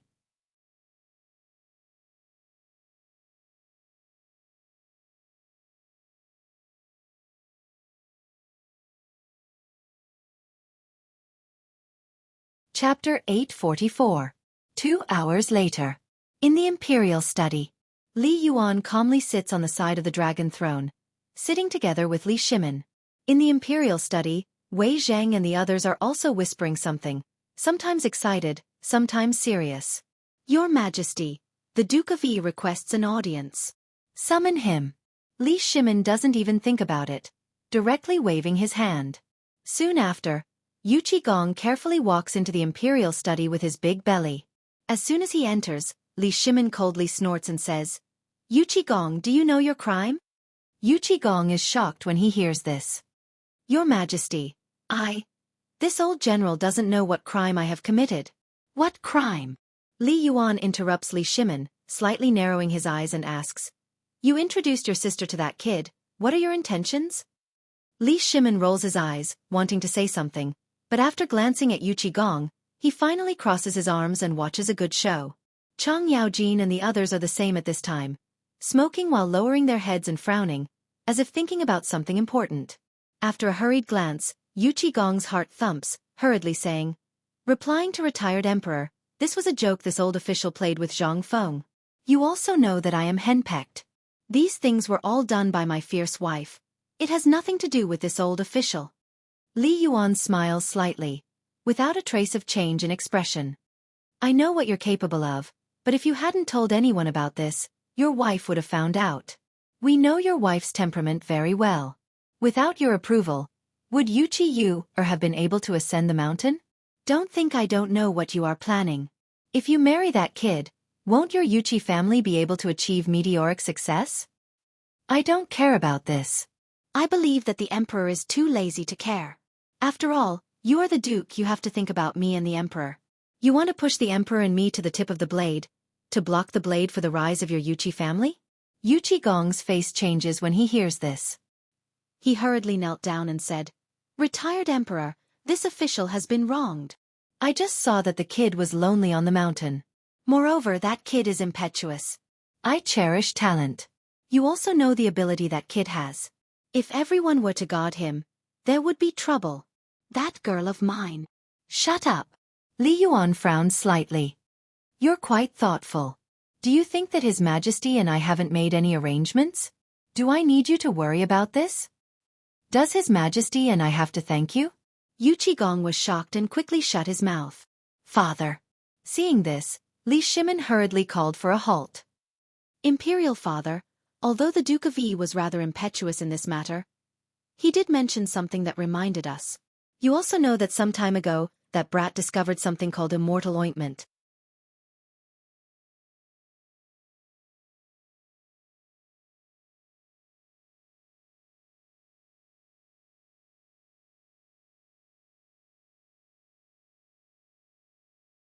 This emperor advises you that you should let this matter develop. All right, all of you are dismissed for now. As for this matter, if anyone asks, just say that Yu Qiyue admired Zhang Feng's literary talent and the reputation of Daoshan Academy, and that's why she went up the mountain to pay a visit to the 4 great Confucians. After that, don't mention this matter again. When they heard this, they knew what Li Shimin meant. They stood up and bowed. We understand. All right, all of you are dismissed. After everyone left, Li Shimin asked, Father, do you mean that this Yuchi Yuer's thoughts are not pure? Li Yuan nodded. Send someone to Jiangnan to investigate, and you will know that this woman's thoughts are very heavy. Perhaps she is greedy. However, this woman's eyes are not a kind person. Moreover, we should take one step at a time. That boy should not be a kind person either. For the time being, let's not worry about it. However, it is enough to send someone to secretly keep an eye on this woman. When Li Shimin heard this, his heart sank slightly. Then, if by any chance, Father? Li Yuan narrowed his eyes and drew a line under his neck with his right hand. For the sake of that boy, if it really comes to that step, then so be it. However, this emperor really wants these 2 to succeed. If they succeed, then it will be wonderful. You know that boy Zhang Feng's temper, and this woman. These 2 are like needles. This emperor really wants to see what kind of tricks they will play when they combine like this. Ha ha ha. Li Yuan laughed loudly and walked away. After Li Shimin pondered for a moment, he smiled and lit a cigarette. He no longer cared about this matter. Instead, he carefully admired Zhang Feng's new poem again. Little Geezy, Brush and Ink. Although the thing was good, it was written on a small piece of paper. Li Shimin could not help but feel pity for it. Then, his poetic interest was greatly aroused. After dipping the brush in ink, he brewed this poem on the white paper like a dragon and snake. Then, he suddenly opened his eyes and copied this poem. Good poem. Before this, I really didn't see anything wrong with this poem. However, now that Your Majesty wrote it like this, a feeling of overlooking the common people suddenly appeared on the paper. When little Geezy saw this, he exclaimed. Li Shimin touched his chin and had people raise it up. After looking at it from afar, he could not help but laugh loudly. It's not that this emperor wrote it well, but Zhang Feng's poem is originally very good. Little Geezy, tell me, what's so good about this poem? Li Shimin put down the brush and ink, then lit a cigarette and asked. Little Geezy bent over and looked at it carefully, then said, It's good in the momentum of this poem. Tell me about it. When little Geezy heard this, he quickly knelt on the ground. Your Majesty, please forgive this servant's sin first. Okay, I forgive your sin. Hearing this, little Geezy said, This poem is like the current Tang dynasty. Although everything seems to be developing well, there are wolves around the Tang dynasty. In fact, the Tang dynasty is like a trapped beast, so this servant thinks that the meaning of this poem is like the current Tang dynasty. Hey,